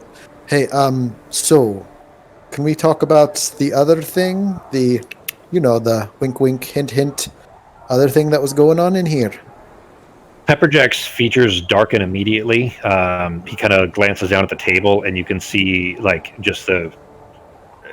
He was already pretty stern, even taking a swig of the ale, but immediately looks a little despondent. He says, "We haven't had word back, and I'll just tell you that I know you haven't known her for long, but that is very much not like her. So I fear the worst." So something might be wrong. Oh, she loses her It is fucking Clover you guys are fingers. talking about, by the way. So, Yeah. Clover is Clover. the lieutenant that he had sent to. That wasn't Ozzy saying. That was actually Pepperjack. But Pepperjack didn't say Clover. But anyways, just an odd thing about how the theater thing works. But anyways, Clover is the lieutenant that was sent to, as you guys gathered, based on what Norok had seen, potentially assassinate someone in the Empire, the Emperor or someone close to him. Anyways, well, did she have a good time at the festival at least? She didn't As say. I kind of glare back the rest of the group. She didn't say. but, Okay, so if I have an oak seed, I could plant an oak in the courtyard No, in the we're Kettle gonna Cave. we're gonna do the tunnel. We're gonna take the tunnel out. And we're gonna walk through. But I could just make one tree grow, and then we could just go through that one tree without having to go out. How long will that take you? an oak seed and acorn. It's one action. Yes, And it grows an entire oak tree I can. in one action. All normal plants in 100 radius centered on the point become thick and overgrown. A creature moving through the area must spend 4 feet of movement for every 1 foot it moves. You could exclude one or more areas of any size within the spell's area from being affected, so all I would do is affect the one tree and make it huge. It's a DM call right there. Which one is that? What spell? Plant growth? Plant growth, yes. What level is that? That is a level 3 spell. That sounds like it would do exactly what you're talking about. Yes, I it was does. Thinking, I mean, so you know what? Actually, in narrative, we'll just handle this in narrative here. Ozzy kind of brings his hand up to his beard, kind of strokes his beard a little bit. I mean, she's not wrong. It would work. I mean, I guess we would have a tree here in the middle of the kettle keep, but nobody's going to complain about that. Get a little shade from the snow or something. I don't know. But don't make it an oak tree. Make it like a. Do we have a pine cone? Well, the width of the tree has to fit the big man's shoulders. Uh-huh. Yeah, Yes, but to run like into if it you have like if you have a nice big conifer tree, like a pine tree, that might be nice. I've seen Maybe. pine trees I don't know, that how, are. how big of a tree can you make? I mean, you're not going to grow a redwood in here. Aw. It would just be like an overgrown tree. But what about Christmas time? I can make a really huge pine tree. That would be fine. as long as you don't mind getting your eyes poked out. I mean, So, I do. oak tree I it do is. very much. I do, but So, well, actually, if it's big enough, you wouldn't actually hit the branches. how long do you think? He asks, "How long do you think it'll?" I'll tell you that it'll probably take you an hour to grow a tree, large enough to be able to fit to have the orc run through. Fuck it, grow a tree. Let's Okay, see. I want to see it'll this take shit. about an hour. Because it would take 8 hours to enrich the whole land, but that's not what I'm trying to do. I'm just trying to grow one tree. Let's do it.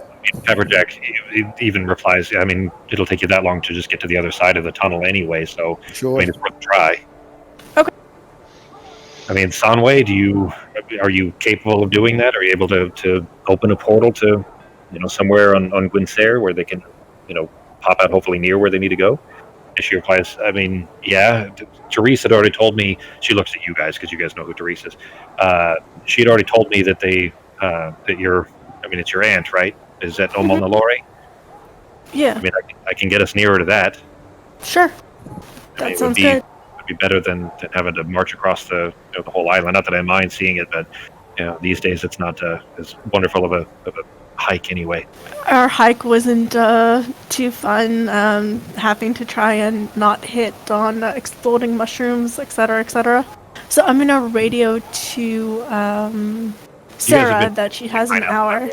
Right.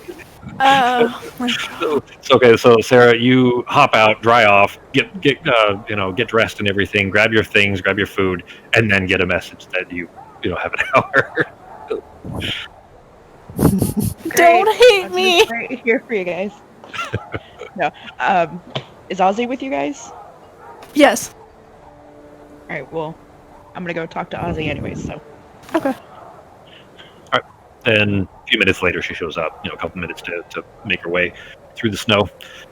But Soundway anyway says that I can get us near Omol Nalore. That's from what Therese said. That's where you guys needed to go, right? We To need the to thing right go there. to the main city. If that's the main city, No, the main city is Merethalis. don't we have to go to Merethalis, guys? We Well- will have to too, but we have to go to Omol Nalore too. Where are we Omol- going to Omanamara? Omol Nalore it's half underwater, but it's a ruined temple that right now is an archaeological dig, and it is where the Wood Sages chorus was held. It was like Oh, right. That's where we're going to pick it up, and then Yeah, we're and going you're- to talk to the queen. Yeah, that's where my aunt is. and You're sure you're- we're not supposed to talk to the queen before we go try to steal this artifact? Well, We're not stealing. yeah, but God. like they're aware, right? They're aware that we're going to go there and take it without them just giving it to us. No, my aunt's gonna give it to us. And she's at the dig. Yes. All right, that's good enough for me. Yeah. So she is a. Is that single? Oh, man. I'm just gonna That was glare at so him and fucking go ruined. to start. Sorry. Just I am going to glare at him and then just go and start with the tree. Okay. You make your way out to the courtyard, away from where they're all digging. Anyways, trying to give yourself a little bit of space. And I would say that you just happen to have an acorn anyways. It's a kind of, I normally have a Right few pocket. because they're useful for some things. I Yeah. normally have a few other seeds, and then I think like a couple of of course your the spells. tree branch. Yeah, Yeah. a few of my spells need certain stuff, so I Yeah. have like a herb pouch. I just don't have all of them like typed back into it because I think they were just in my inventory. But right now I'm like trying to make myself an herb pouch and just listing them there. Sure. I mean, that's one of the kinds of things that you would have in like a spell component pouch anyways. So we'll just say that you would have it. Yeah. And it makes sense for Artemis to have had it. So as you are walking out, you see Sarah walking in, making her way, to go see Pepperjack, presumably. But you make your way out there, and what's that? Ozzy. I need to talk to Ozzy. Artemis? What? I think she was asking you. No. Sarah was telling you she has to talk to Ozzy, not Pepperjack. Oh, Ozzy. Yeah. Okay. I got you. I'm sorry. I thought you were asking Artemis. All right. So Artemis, you head out though, and plant it. You have to kind of shovel away enough of the snow with your hands to get to the ground, and then the soil is still mud. It's been mud for before the snow landed on it. So it's easy to just kind of scoop it away with your hands and plant the acorn and begin the ritual necessary to grow the tree. Sarah, you make your way into the room, though. Sonway is describing a means of transport via plants that will get them near Omanalori, which is where an archaeological dig site is. That's you heard like the last half of that. Omanalori. What are the elves? And the magical beast roam. Stepping through the doorway, though, Pepperjack looks up. Oh, the lady Sarah. How nice to see you. Yeah, sorry I'm late. That's a quite long all right. Yeah, I'm sure you deserve the rest, anyways. After they filled me in on all that happened, and I mean, your time has been well spent, from all I've heard, anyway. So you certainly deserve the rest and time to recuperate. Thank you. It was definitely feel better this morning. Mm-hmm. Hey, Ozzy, we're going to some place that's half underwater. Do you have anything that might help breathe underwater? Anything magical? I'm all out. The seaweed I have? Yeah, And the spell?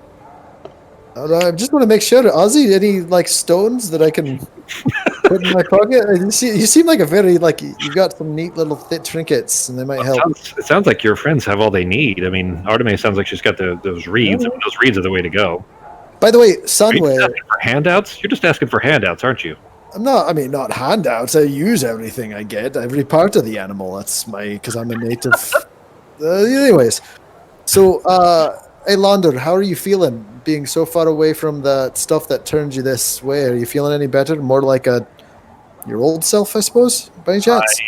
I have to say, I haven't felt this good in a decade, since before the Vine Lash destroyed my island. It's just, I don't know.